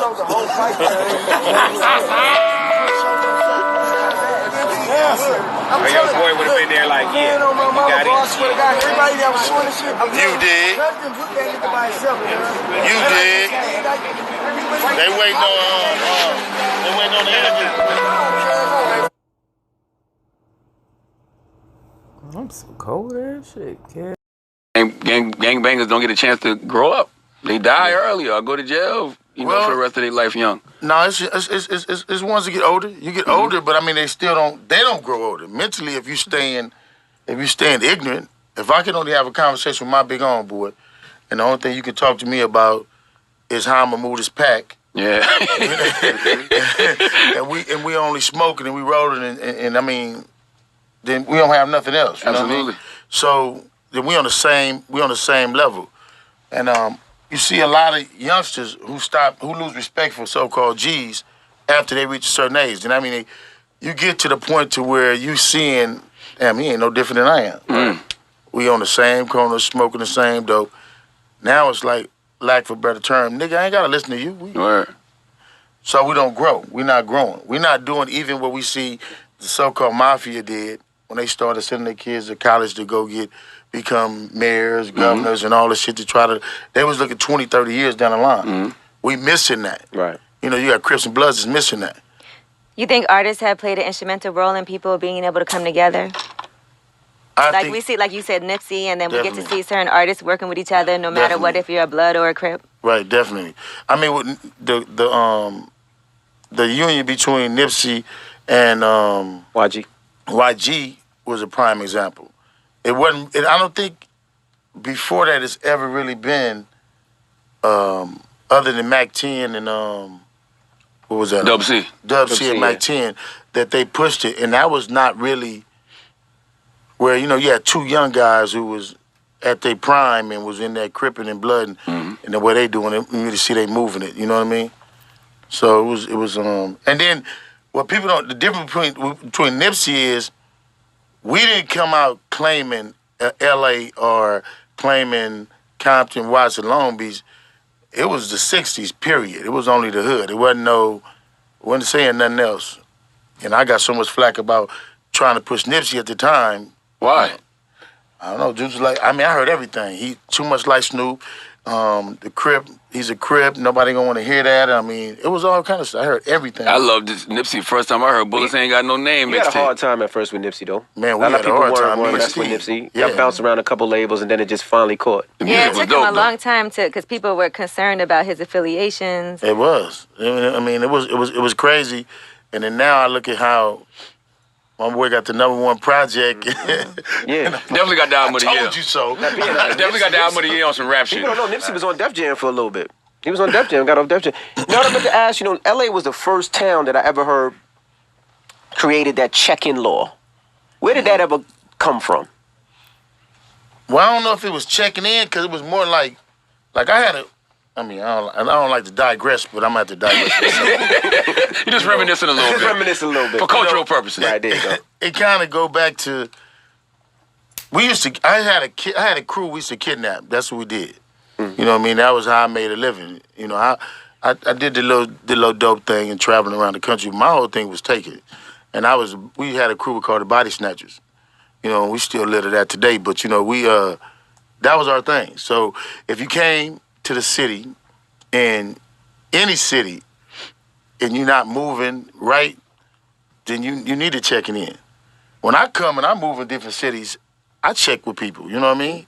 That's just respect. Absolutely. Nipsey Hussle, we lost him earlier this year, and that was once again Crip on Crip violence. It was, now that more information is coming out, Eric Holder, who's actually defended by your friend Chris Darden. No, he reclused himself. He reclused himself, but he originally he had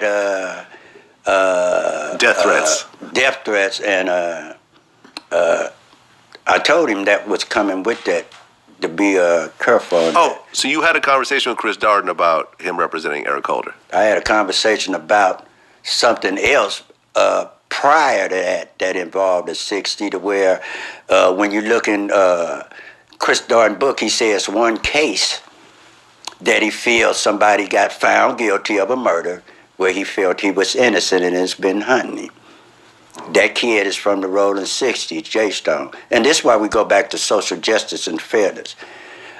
So I had told him, JStone, hey man, Chris say you might have been innocent. And I was trying to, because it's one thing to be accused of something you didn't do. Yeah. Right is right, is wrong. So when I hear about him catching that case, I text him and say, hey bro, be careful. These are the Rolling 60s. There's nobody to play with. Watch yourself. Why do you think he took on that, representing Eric Holder? Well, I know why he took it on. Why is that? Because Eric Holder probably, when you seen John Hinckley shoot the president, he got to use a defense called mental capacity. He was mentally unstable. Temporary insanity? Yeah. That's what would have been used here probably, which blacks aren't allowed to use. So he'd have probably been testing the water, because I text him and say, are you trying to try this case under temporary insanity mental illness? And he didn't respond, but I say, I understand that's what you're probably trying to do. And that's what blacks aren't afforded to do, and how a lot of times these cases could be somewhere they were mental ill health to where they should have been sent to a hospital or something and treated for treatment, as opposed to mass incarceration, or being incarcerated and treated as a criminal. So he would have been addressing that to where John Hinckley shot a president, but he got to go to the St. Elizabeth up under this defense. I figured that. I mean, that's the only logical thing you can think of. Right. What defense can you say? Right, because Eric Holder has a history of mental illness. Matter of fact, they finally caught him in a mental hospital. That's where he just checked himself in.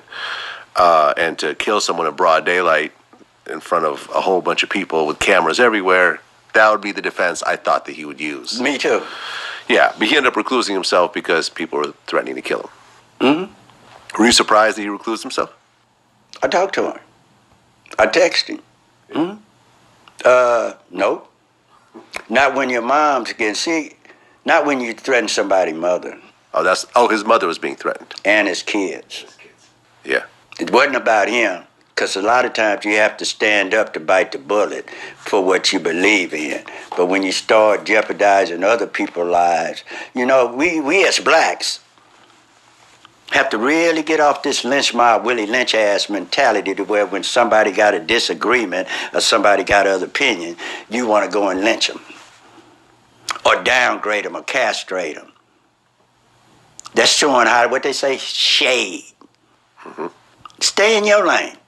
Murder of Tupac Shakur, and now you hear Keefe D's side of the story and what led up to the murder and so forth. I ain't never heard Keefe D version of what happened on his side, nor does it even, I don't have no opinion. Okay. That's their lane. That's their business. Well, the reason why I ask this is that when you look at this whole story, you know, and depending on who you talk to, you could say that Tupac died gangbanging. He went and attacked Orlando Anderson, who was a known Southside Compton Crip, and put himself in a situation where now it's a gang conflict. It's not just... Let me put it like this so we can get around to it. And this go for every time, particularly in gangbanging. And then it's very simple. See, it don't take no NATO meeting, no mixing chemicals to figure out the bottom line of shit. The bottom line is this. The only thing stronger than a man's pride is a mother's love. Every common murder have a common denominator you just named. From Nipsey Hussle on down, and every one of them be behind another man's pride. Mm. Am I correct? Yeah, absolutely. I don't even have to revisit it. I've seen this 48 years. And the one common denominator with all of them that got killed, gangbanging, is their pride. Yeah. Yeah, I mean, in fact, in our interview, Keefe D said that... After the shooting, where did you go? I jumped in the car. Well, I didn't really stay around to see that because, I mean, it was kind of like graphic. I didn't want to stay there just looking at a dead body. But me and my friend left the scene, and we flew back to New York the next day. I went back to my hotel. I was staying downtown LA. Okay, what kind of car were you driving? A BMW convertible. Was it white? White one. The white one? Yep. Okay, because people... Car in front of, it was in front of Monster Burger. I parked in front of Monster Burger. That's in that plaza. Yeah, okay, because people were saying that they saw that white car and they saw somebody in it. So was that your friend that was in that car with you? Yes, I have his number, his name for confirmation if you want to talk to him also. Okay. He's a friend of mine. Okay, we can set that up for sure. Okay. My other question is, what was Eric Holder and Nipsey talking about? Did you see all that? I mean, when I was in the barbershop, I seen Nipsey got a Benz, like a little miniature Jeep, a little SUV. And his brother has a Jaguar, so I seen the SUV pull up, and I figured that was Nipsey. So when he hopped out, the kid was talking, and it was, I believe it was, I don't know the kid's real name. You saying it's Eric Holder, they're saying? Yeah, that's what they're saying. It's like the kid that shot him, right? Yeah. Yeah, it was him and some other Spanish kids standing there, and it looked like a heated conversation, because when I walked up to try to get a picture at first, I heard Nipsey tell him, you can't even be here right now. Like, you're not supposed to be here right now. So I kind of backed up because I seen it was like a heated conversation, so it wasn't really the time to ask for pictures. Once I went in the Monster Burger to get a sandwich, went back into the Marathon store, came back out, the kid was gone. The Eric Holder kid, I guess. He dipped around the corner, like where Monster Burger is, that little cut alleyway. He dipped off, and when I seen everybody else taking pictures with him, that's when I sat in my car for him and I asked him, I said, yo, Nipsey, man, I'm out here for audition, for the BMF audition with 50 Cent. You mind if I take a picture with you? I'm from New York. He said, yeah, no problem, come on. And we took the last picture. 2 minutes after that, the kid came back around the corner. I passed right by him, and I felt like something was going wrong, but I didn't really pinpoint it. And I seen him pull out and start hitting him. Okay, wow, okay. So, did you see more than one gun? Nah, I seen one gun that the kid was holding, but there was another guy there, like an old man. I think it's the old guy that, there's a video Nipsey has on the internet where, I guess that old man he helped, like he lets him clean up the plaza and stuff like that. Yeah, I know you're talking about. Like an old timer. Yeah, he was there at the scene. He pulled out and tried to hit the kid. Not him from shooting Nipsey, and that's the other guy that got shot on the scene. Okay. Oh man. Okay. On the floor. See, that's not the same guy. That's KerryLathan. That's another dude that people really don't know about. He randomly got hit. Yeah. Okay. Yeah. I didn't know his name or nothing like that. Like I said, I don't know nobody from out there like that. Yeah, I know. I just knew who Nipsey was. So let's get into the fact where you fit in. A lot of people are saying that you got arrested pertaining to a gun that was in a DVD case at an airport, at JFK Airport. Is that true? Not at all. I flew into Albany Airport when I came back to New York. I wouldn't even fly out from JFK or New York Airport. LaGuardia. I didn't fly out from none of those. I flew out from Albany. Okay. Upstate New York. Okay. When you flew back from California, you weren't using... To Albany, yes. Okay. Okay. Yeah, I didn't fly back to downstate New York at all. None of the boroughs. I was upstate New York. And so the reason why you're in jail has nothing to do with a gun in a DVD case at all? Not at all. I had no gun charge, but I don't know where this charge came from. Like, I'm thinking, you know, some people think conspiracy shit and all that. I don't know what this had relation to that, but once I came back to New York, I was accused of having something that I didn't even have.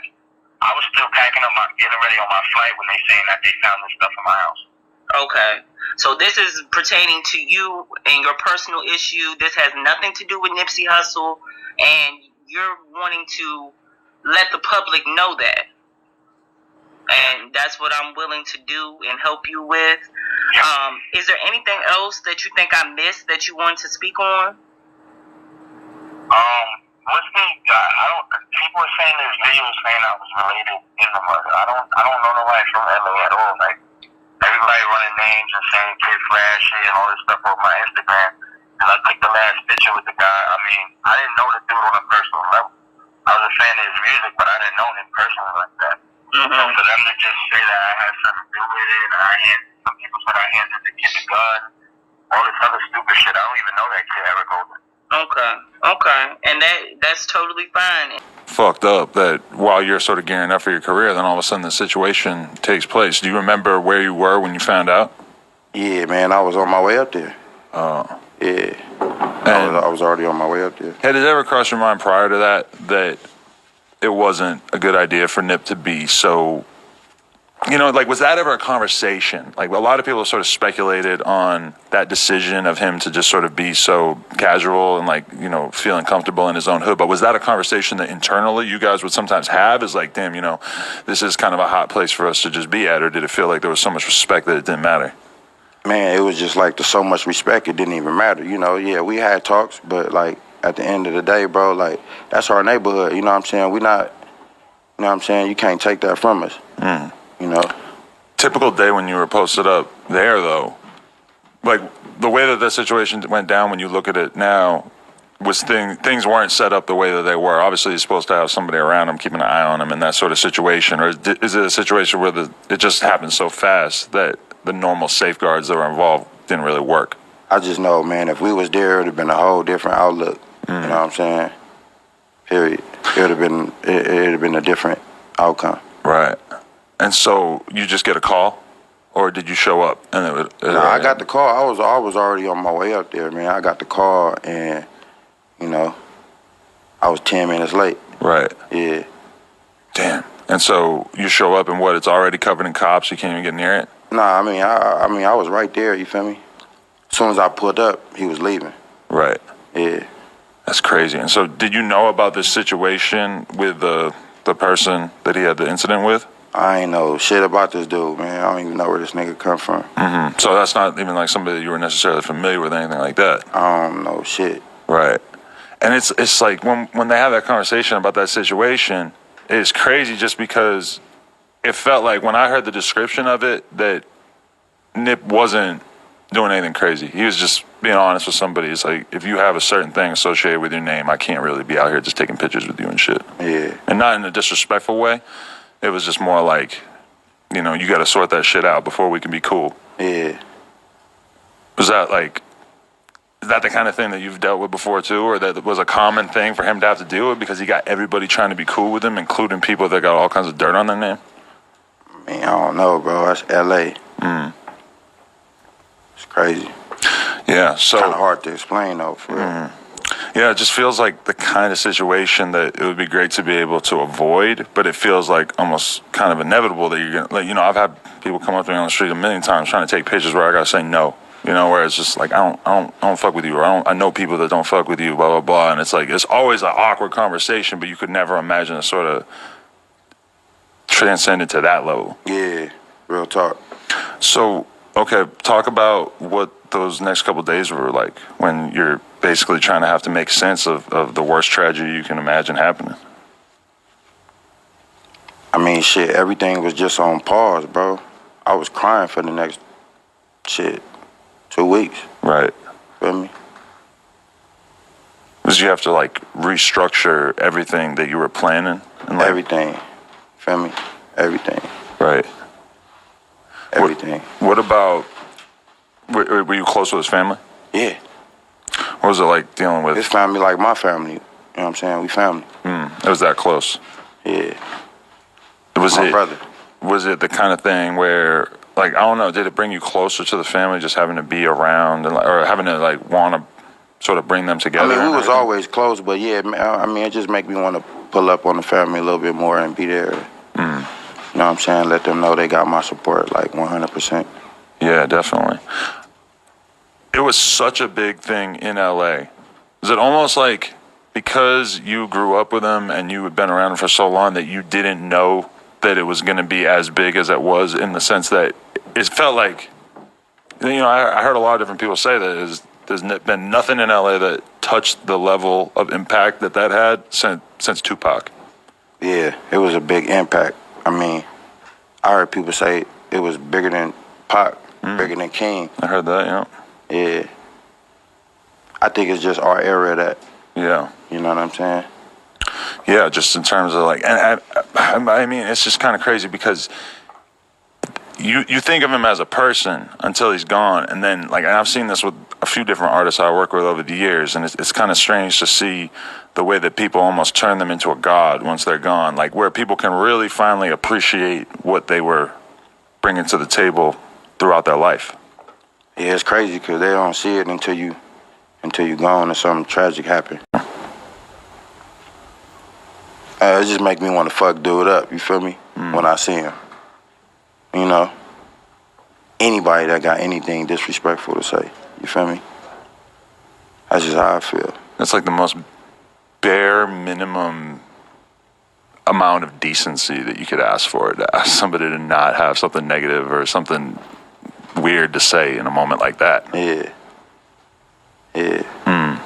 But for somebody like you, it's like you're not gonna hop on Instagram and say "fuck you" because I mean, what is it gonna do? You feel me? Like that's clown shit at the end of the day. Like, but I'm gonna let it be known.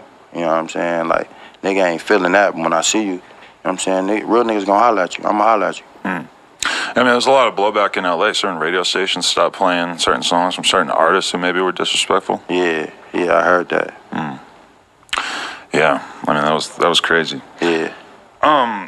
Do you have any other artists that you've been working with? Anybody that you're trying to push aside from yourself?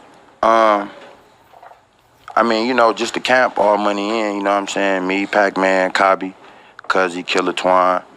You know what I'm saying? Boss Hog, BH. You know. Right. Yeah, that's who I'm working with. And I got this album coming out. So listen, I've been reading a bunch of blogs about Whack 100 and Nipsey Hussle. First of all, I gotta call all you motherfuckers stupid motherfuckers, because you got somebody been telling y'all 5 days. We're gonna release the audio. And for 5 days, ain't nobody released the audio. Second of all, it's a motherfucker named Joe Black. San Diego, I believe from Skyline Palm Road, right? This nigga's the police. Tell you why the police. Somebody call your phone and say, Whack, I want to have a conversation with you. What's up, homie? You know, what's your personal opinion on this, that, and other? You thinking you talking to this man one-on-one on the phone about your personal opinion, you and this man, right? Because he called you. I think we all can relate to this shit. Somebody call your phone and say, hey, what's your personal opinion about this, a personal opinion about that? And you give a motherfucker your personal opinion. And I believe my personal opinion real shit. And I'm going to talk about everything I talked about with Joe Black, the police nigga. Because any nigga call himself on the streets that's recording a nigga and not letting him know he recorded, he's a police nigga. That's just that simple. Right? But whatever I say once, I'm going to say twice. I don't give a fuck about who it's about. Right? So, this clown, I guess, is recording me as he's asking me a personal. He called me. First start with Savvy Third. Hey, man, Savvy Third trying to sign us. Yeah, man, Savvy Third been signing us. Nigga, I ain't going to have that conversation. Because I've been a fighter. My criminal record tells you I've been a shooter.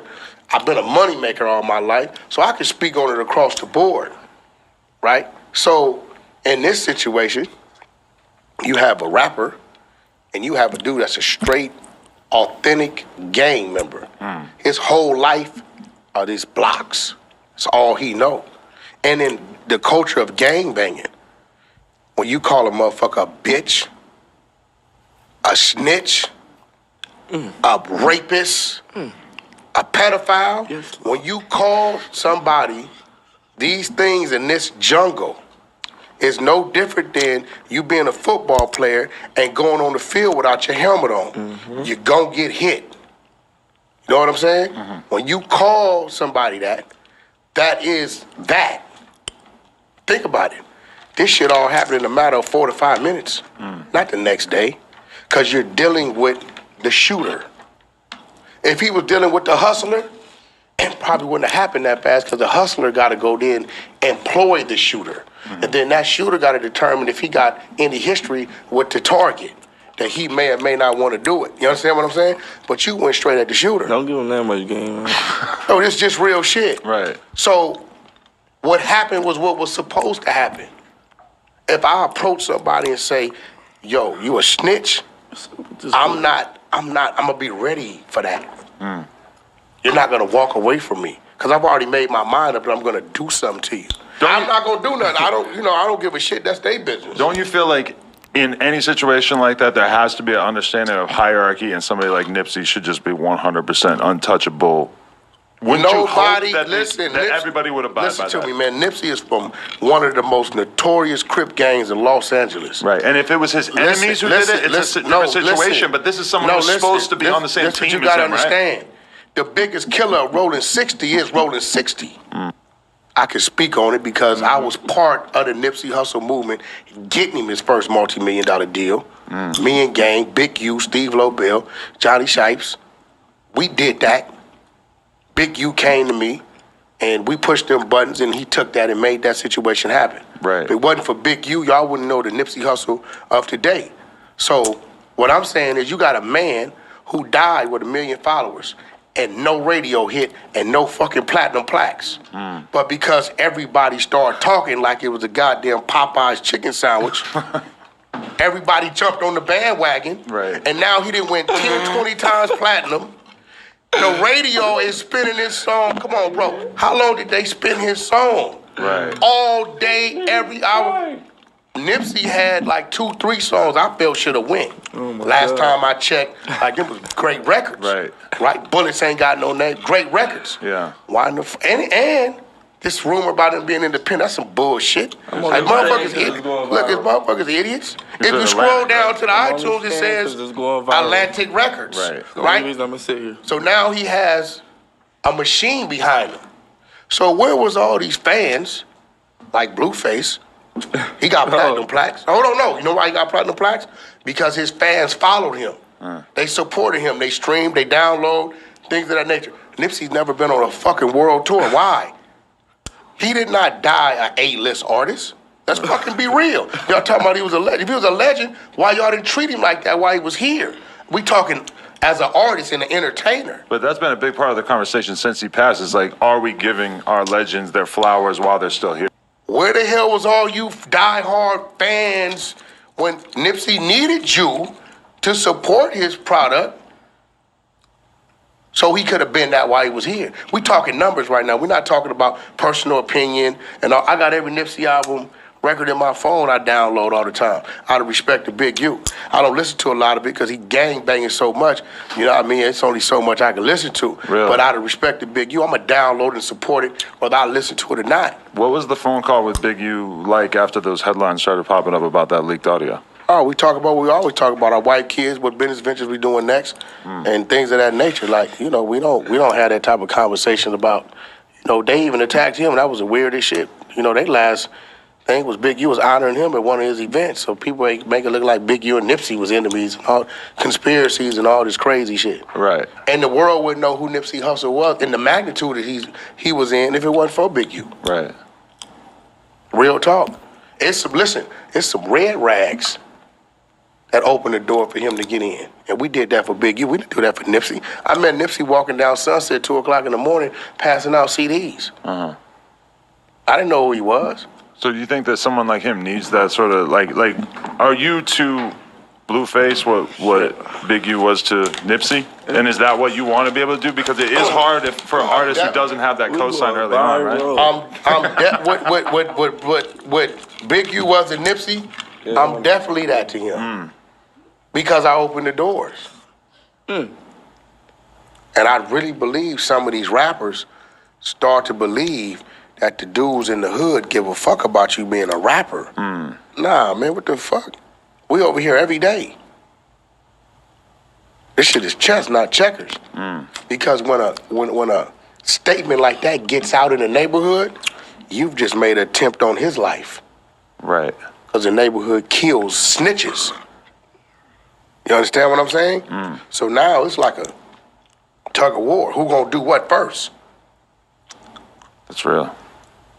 That's all I'm saying. It's just, and I think people don't like to hear the reality of this shit. Man, look, if Nipsey would have died saving a little kid hit by a car, I was going back to that. No, hold on.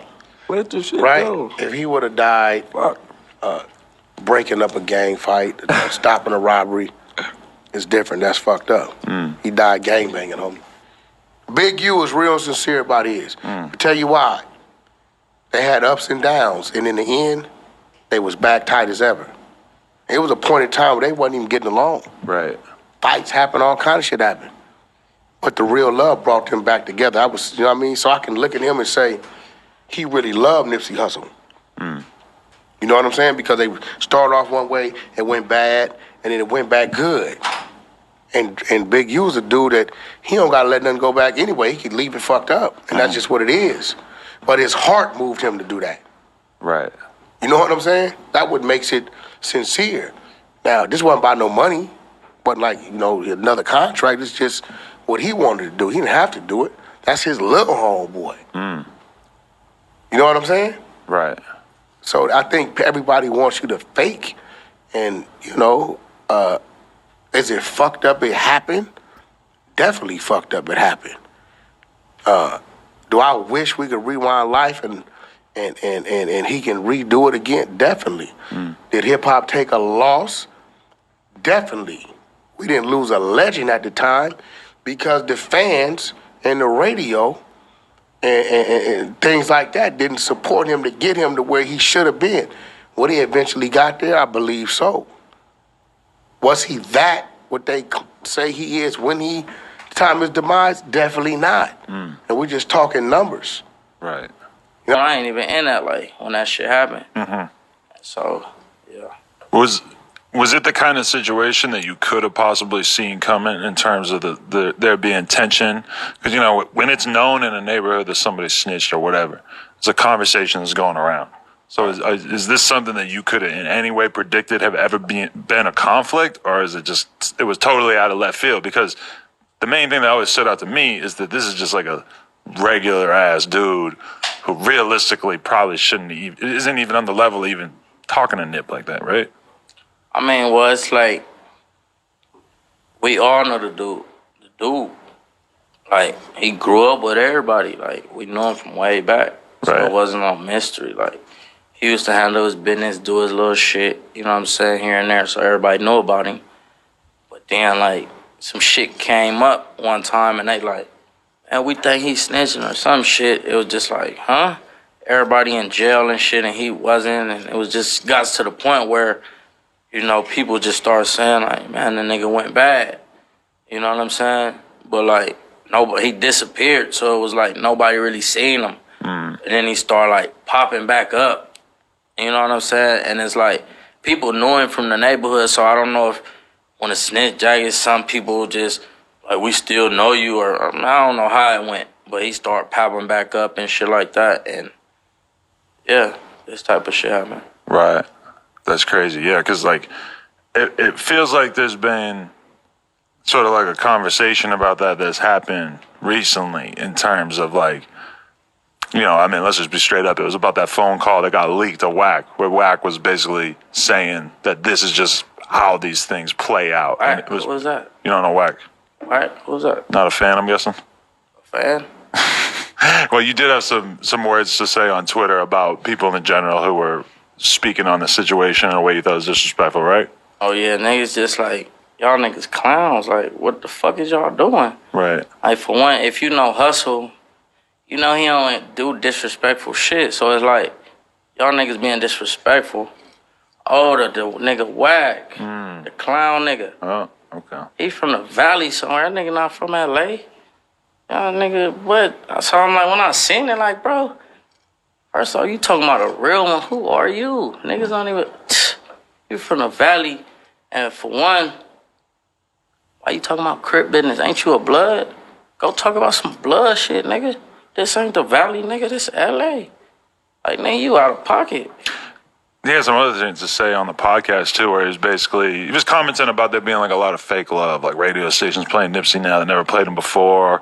He said some shit about how Nip had never been on a world tour, which I believe was disproven later on. It's like, what you talking for, nigga? Shut your bitch ass up. Like, why are you talking about Nip?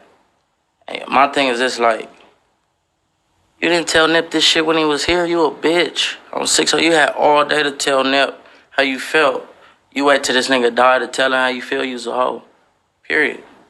We don't move like that. If Nip had a problem with Kev, he gonna tell him. He ain't gonna wait till nigga die like, oh, Wack. And that's why it's like, y'all niggas bitches, because Nip don't do that shit. If Wack would've died or some shit like that, he would've had nothing to say like, man, God bless the nigga on hood. Psh, y'all niggas talking and making conversations about hustle? All right. Right. Cool. Do you, the same, like, related all to that podcast was kind of the issue, people thinking it was offensive that Blueface didn't post saying RIP Nip. And then Wack kind of explained on the podcast that there was tension between different hoods in LA and that from Blueface's perspective, it wasn't really going to be looked at like he should say that. I mean, it wasn't like, ain't nobody mad at Blueface for, like, not putting homie up, because it's like, we are, like, rival gang, like, they hood down there, our hood down there, and don't get along. You know what I'm saying? So, nigga ain't mad for him for not, like, acknowledging it, but it's like, I just think if he would have died and Nip was here, he would have said, damn, rest in peace, Blueface or something. So it's like, pay some Crip respect. You know what I'm saying? It's a legend. It's a LA. Nigga, you bang LA, right? So even though a nigga did, like, you got blood niggas, bro. This blood beef.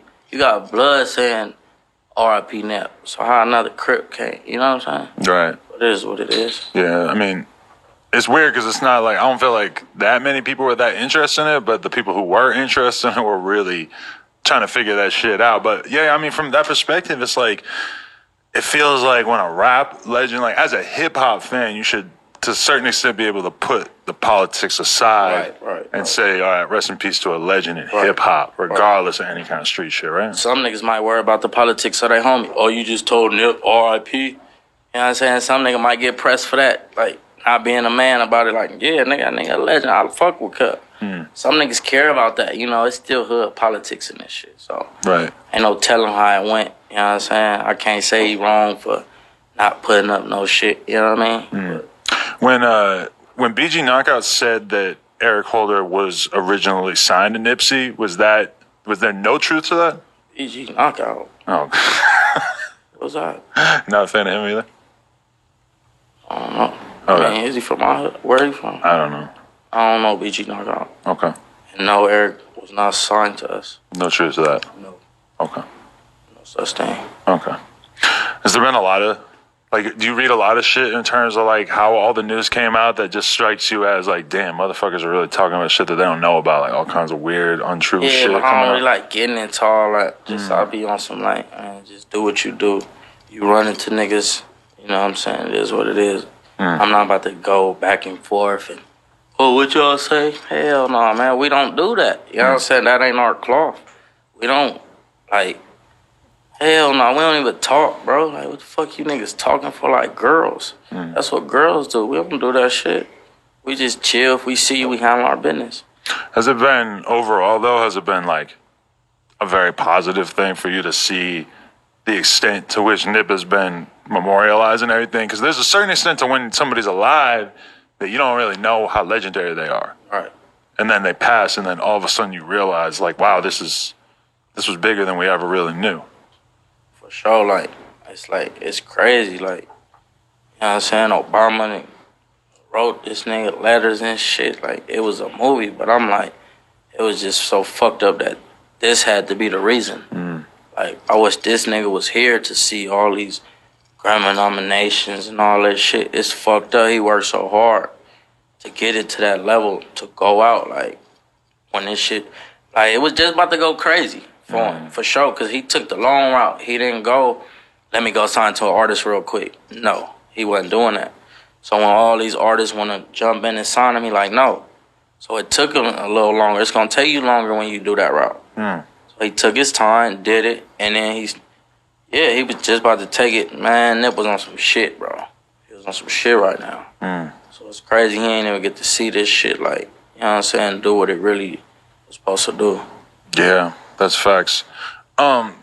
Did you feel some type of way? Well, you did feel some type of way about the Game situation. Has that been squared away, or you still feel some type of way about Game using, what was the name? Prolific? Oh, yeah, just like, Game, you cool. Like, you know what I'm saying?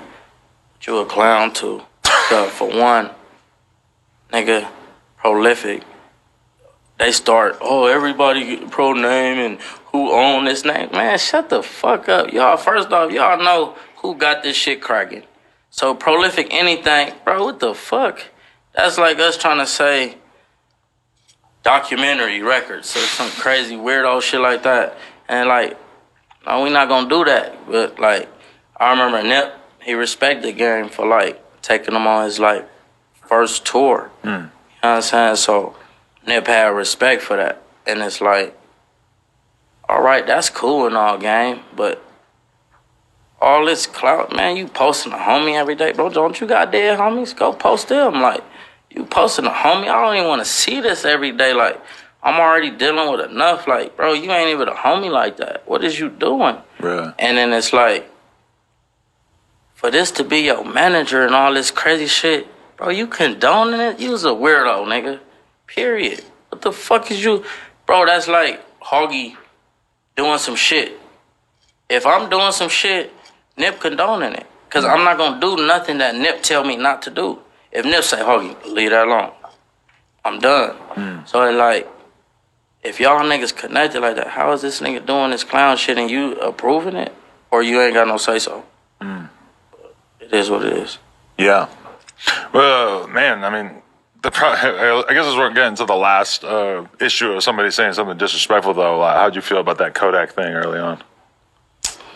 Man, it's like Kodak, nah. These niggas, young niggas, bro, they ain't probably even meaning no disrespectful way. Niggas just be talking high, and I don't even be listening. Cause my thing is this, like, I'm so connected with Nip. Like, if I would've asked cuz about it, he'd have been like, I don't worry about that clown ass shit hard. So that's what I'm on now. I already know what he would say. Like, I don't even feed into that shit. Right. If you feel some type, handle your business when you see it, and don't feed into that shit. You Especially it just relating back to his girl seemed particularly egregious. Like, how you gonna at all bring her I mean, into it's it? disrespect, but y'all know what's up. Y'all can't talk to Lauren. I'm tripping behind Lauren. Right. Like, nigga, what? Forever. Nip knows she good for life. You still talk to her? Every day. Just talk to her. Is that, I mean, I can't even imagine, like, right. Everybody, all his homies is one thing, because let's be real, like, if you kind of grew up in that lifestyle, you probably lost a lot of people, and also it's just different when you're, like, his woman, you know? That's, I can't even imagine her perspective. Crazy, bro. I be just, sometimes I don't even like to see her, because every time I see her, I seen Hustle. You see what I'm saying? So every time I go to their house, see the baby and shit, I think of Hustle, so it be making me emotional. I be like, damn, sis, much as I be wanting to see you every day, I damn near can't. All I think about is like all the fun times we had and shit. You know what I'm saying?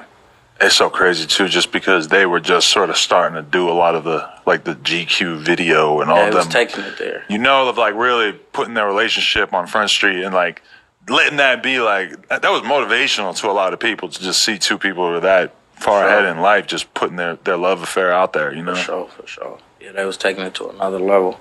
How long did it fuck you up in the head so bad you couldn't even like record music and shit? Shit, I'm still fucked up in the head. It ain't over. That shit ain't gonna never be over. Like, you know what I'm saying? Like, how? That's my everyday homie. Every day, like, you know what I'm saying? You got everyday homie? Yeah. How long you been with him every day? Shit, actually, no, I don't know none of these motherfuckers like that.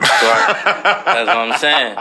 This one of them, like, from 13 to now, and then I lose that. Like, yeah. Like, in this world, you don't really find people that you even could fuck with every day. Like, that's so hard to find. Like, cause people not gonna really be on your speed or what you want. So it's like, you cool, but not every day, all day. I was with this nigga every day. Sleep, studio, back to the house, shower, back on our mission. Every day. See what I'm saying?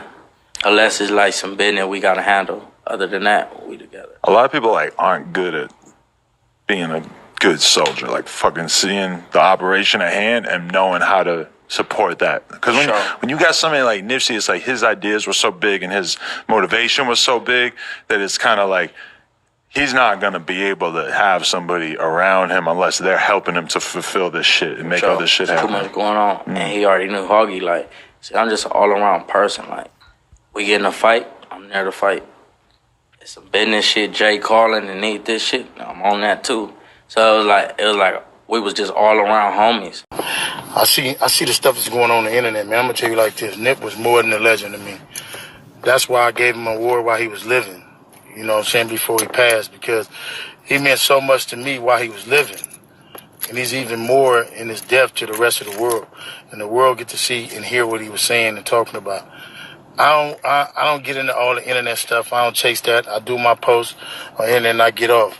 You know, and I'm so happy when I see people reposting him and his music and how he growing.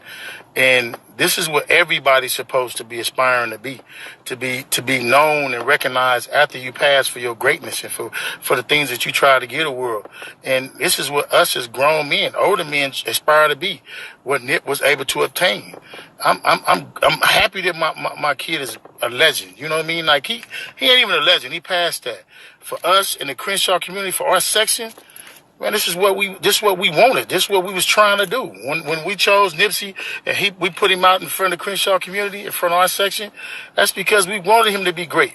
We champion that. When we see people with the Crenshaw shirt on, we feel like we made it. And with all due respect to everybody's opinion, Cuz gonna always be. He gonna always be our champ, no matter what. Always. You know what I mean? Nip inspired me to get back into music. When Nip signed to Atlantic, he called me. Like, Unc, let's go. We finna do it again. And we finna finish it this time. Nip was supposed to do the BigU documentary. He had the documentary team. We was meeting. You know what I mean? We was meeting on that because he wanted to do it. He wanted to present that to the world. You know what I mean? Every event I did, Nip came there. He supported that. He championed that. And I'm going to say it again, man, with impunity. My nigga was more than a legend. He was more than whatever the world was. We gave him his award right before he died. You know what I mean? Right when he was living. You know what I mean? And I hope he get these Grammys. I hope that for his family and for his kids.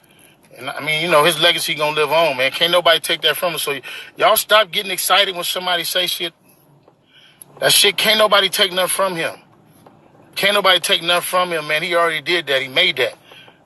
And if he's a legend in y'all heart like he is in mine, you ain't gonna be bothered by what nobody say. Period. Point blank. I'm not bothered by what no nigga say. Period. You know what I mean? Because my nigga he did that. And I'm gonna say it again. I gave it to him while he was living. Fuck what somebody else talking about. I gave it to him while he was living. He was living, he pulled up, I gave him an award. First time ever doing an award show, first time doing a banquet, I gave him his award. Remember that. So I got that. I did that while my nigga was living. You know what I mean? So he was our legend because I gave him the award. So I got that, man. Don't worry about what nobody else saying, man. Let Wack do what he doing. Let everybody else say what he got opinion in that, what music was. You know what I mean? It's always going to be love. It's always going to be people say one thing, say another thing. But keep it 100. You know what I mean? What he was in music is not what he was in life. Period. 2 times bigger. 2 times bigger in music. 2 times bigger in life than he was ever in music. Believe that. Niggas gonna grow to be like Nip. Kids gonna grow to be like Nip. I'm sorry I'm driving, y'all, so.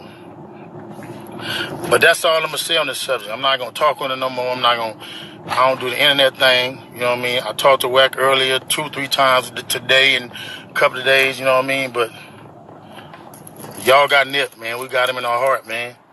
Period. The nigga was a legend, nigga was great. Let's just say involved into you personally? Yeah. Oh, wow. Yeah, but it was way back, but we didn't know it at the time.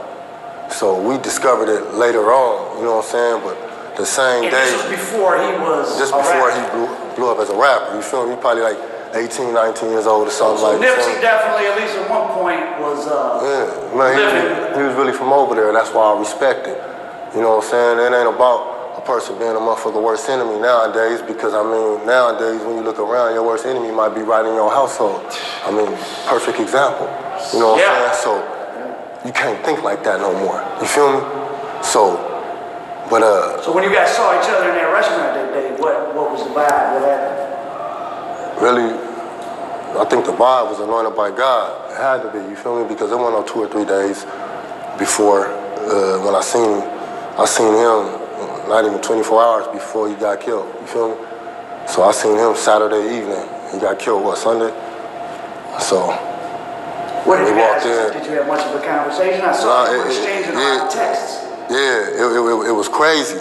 I woke up that morning, I think I woke up in like Manhattan Beach or something like that. And me and baby, we was smashing back. And I'm like, we were trying to get something to eat, you feel me? But we couldn't make up where we was about to eat at. So, when you go into the jungles, once you hit Slauson and Overhill, once you pass Slauson, going up the, what's that, Overhill? You know, it's nothing right there, you feel me? So it's like either we gonna eat somewhere right here, or, you know what I'm saying? So we got right there to the light. And I'm like, man, fuck it, just go right here, you know what I'm saying? I said, I remember I had ate right here when I first got out the pen, like 2004 or something. So it ain't the one on the corner, it's the little hole in the wall right there, a little Mexican restaurant. So I walked in, she walked in first, and I just seen her turn around and look like, you know what I mean? And I think I was looking at my phone or something and looked up, and I just seen him, you know what I'm saying? He was standing in the doorway, basically. So I I had to like tap him to get past. And when I tapped him, you know, he turned around and it was like, "What up, Nip?" And he looked at me, you know, it was kind of like, we both did though. It was like you know, like damn, all right. All right. Yeah, he was by himself. You know, but he had he told me in our conversation like later on that he was like, "Man, my daughter in the car." You know what I'm saying? Oh, but he didn't have no security. Nah, man, Nip a real nigga, man. You feel me? So unless it was some cats in the back, but I don't even think he was with them because I remember. They was way in the back parking lot because I pulled back there first, and I seen some cats back there, and I was clowning. When I was clowning with baby, I'm like, oh, there they is. And she like, "Why would you park right here?" And I'm like, "Man, I ain't tripping off that. I'm about to go in here." You know what I'm saying? So we ended up parking on the side, and we walked in. But nah, he wasn't with nobody. He was getting the little green machine, the little green drink or whatever. Yeah, but it's just crazy though because when I walked in, he was like leaning on the counter. He was talking to somebody. When I tapped him, walked past. We both, you know what I'm saying, we looked, and it was like, "What up, Nip?" You feel me? I smiled like, "What up, Nip?" And he said, he nodded like, "What up, bro?" And when I got ready to walk off, he said, "Hey, excuse me." I turned around, he was like, "Hey, you Firebugg, huh?" I said, "Yeah." He said, "You from Cinderella Park?" I said, "Yeah." And he said, "Yeah, bro, I respect you." That's the first thing he said. He said, "I respect you, bro." And I told him, you know, I said, "I respect you too." He said, "Nah, I've been following your campaign on IG." He said, "But really, I've been hearing about you since I was a young nigga out here." He said, "And your name always been 100. He said, "And me and my niggas, we be paying attention just because we don't press the like buttons. Just know, you know what I'm saying? We salute it though." And I told him, I said, "Man, you know." Wait a second. So within that world, I ain't say names, but like you ain't supposed to hit the like button, no sir? No, I mean. If it's the quote unquote enemy. Yeah, I mean, you feel me? Because you grew, man, everything that you grew up on is to hate them. Yeah. You feel me? So any just favoritism toward them, any type is like a weakness.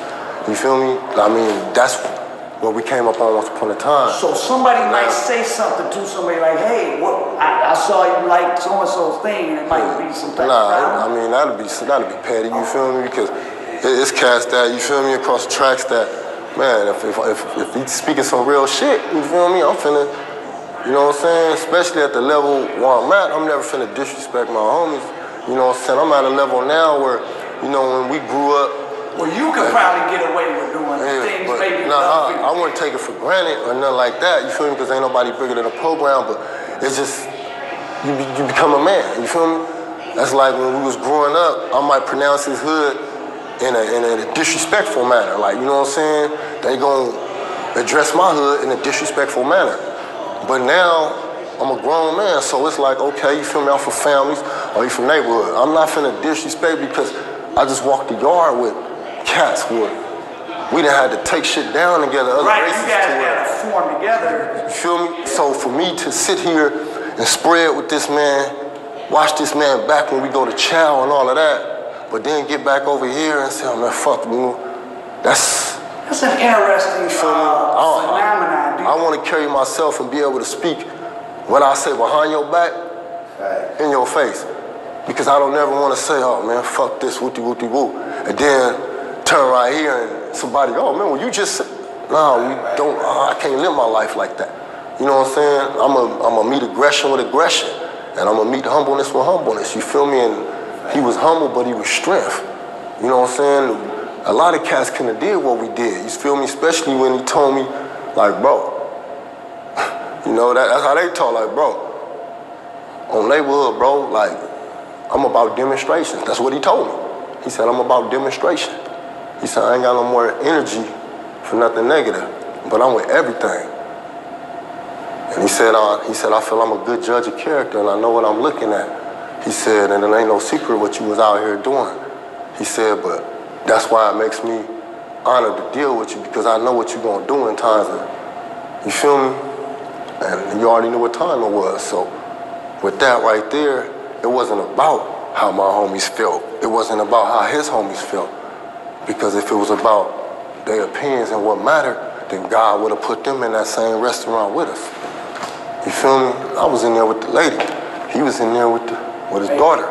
So he put us in the most docile environment to see, you feel me? And it gets so deep, you know what I'm saying, that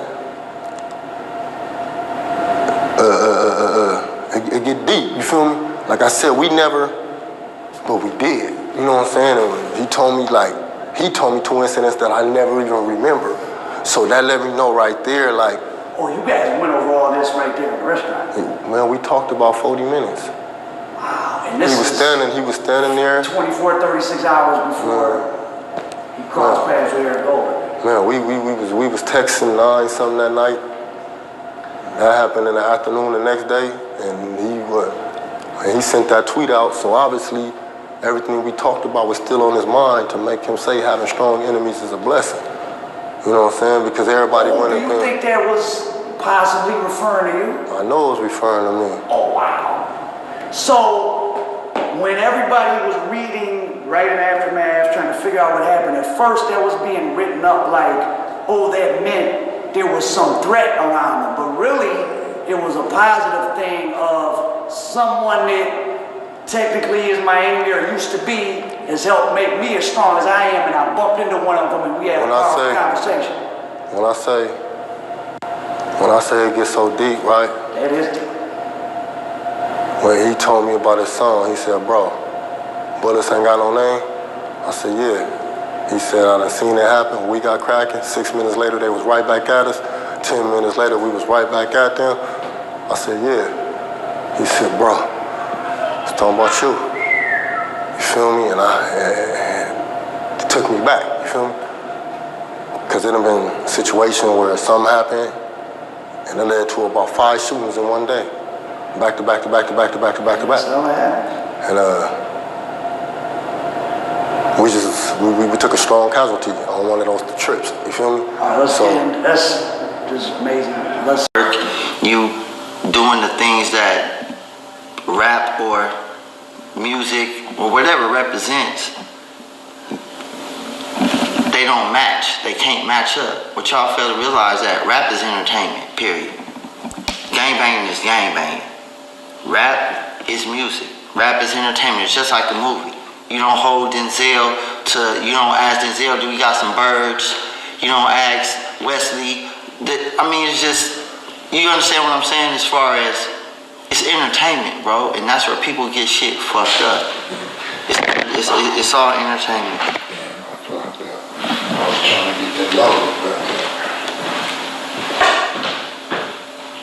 You know Nipsey? Yes. How well do you know Nip?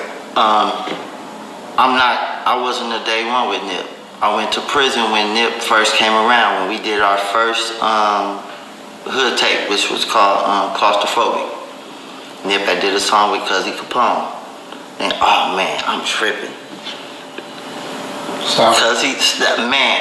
I have to reiterate when you said the rundown of the rappers, I forgot about my main brothers, my main ones, and you said New Millennium because they've been rapping. Hustarab, the original 6-pack. Weed Dog, the original 6-pack. Cuzzy Capone, the original 6-pack. Rest in peace, King Lou, the original 6-pack. Me, TyloTinyAmp, the original 6-pack. And that's where the Slauson boys came from. So Nip was young, and so I went to the pen, and man, them youngsters took that blueprint, and they ran with it, bro. And they made it happen for themselves. So you was there in the beginning, but missed the Slauson boy era? Missed it, because I was in prison. So you gotta think, I had a song on the radio at the time, and this is 2004. I went to prison, and everything blew up when I went to prison. The hood, everything blew up. Because we didn't have no real hood representatives besides TJ Mack and Corrupt. But as far as being born, raised, hustled, been on the block, CJ Mack. Wow. So when you in the pen, Are you getting Nipsey's music? Are you hearing about how Nipsey's starting to blow up? Look. I get turned on by Nipsey this how I knew how powerful Lil Bro was. I get turned on him by some dumb moves. Some dumb moves like, oh, you know Nipsey? And I'm like, who? And like, if you don't know Nipsey, you can't be from 60s. And I'm like, what the? No. Oh, Tomcat. Then I got to questioning and asking, and I didn't know. I had already heard his music. I just didn't know who he was. When he had did the soundtrack for the Tupac. When he had did that one. So I'm like, damn, this young nigga banging the hood. Who was this? And so then the homie said, oh, you didn't know? And so from there, it was just a floodgate of everything that was going on. And that's when I started seeing the magazines and started seeing the posters. Because you got to think, I went from an era where it wasn't even on social media when I went to the pen. It was just MySpace.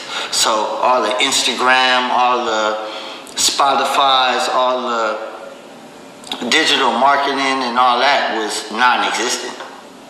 So we didn't have access to all the music and all these new dudes that's out now. Because you know, with distribution and with streaming and with all of these other avenues for you to put out your own music, they didn't have that back in the day. Back in the day, in my era, you got signed to a record label and you tried to do your thing.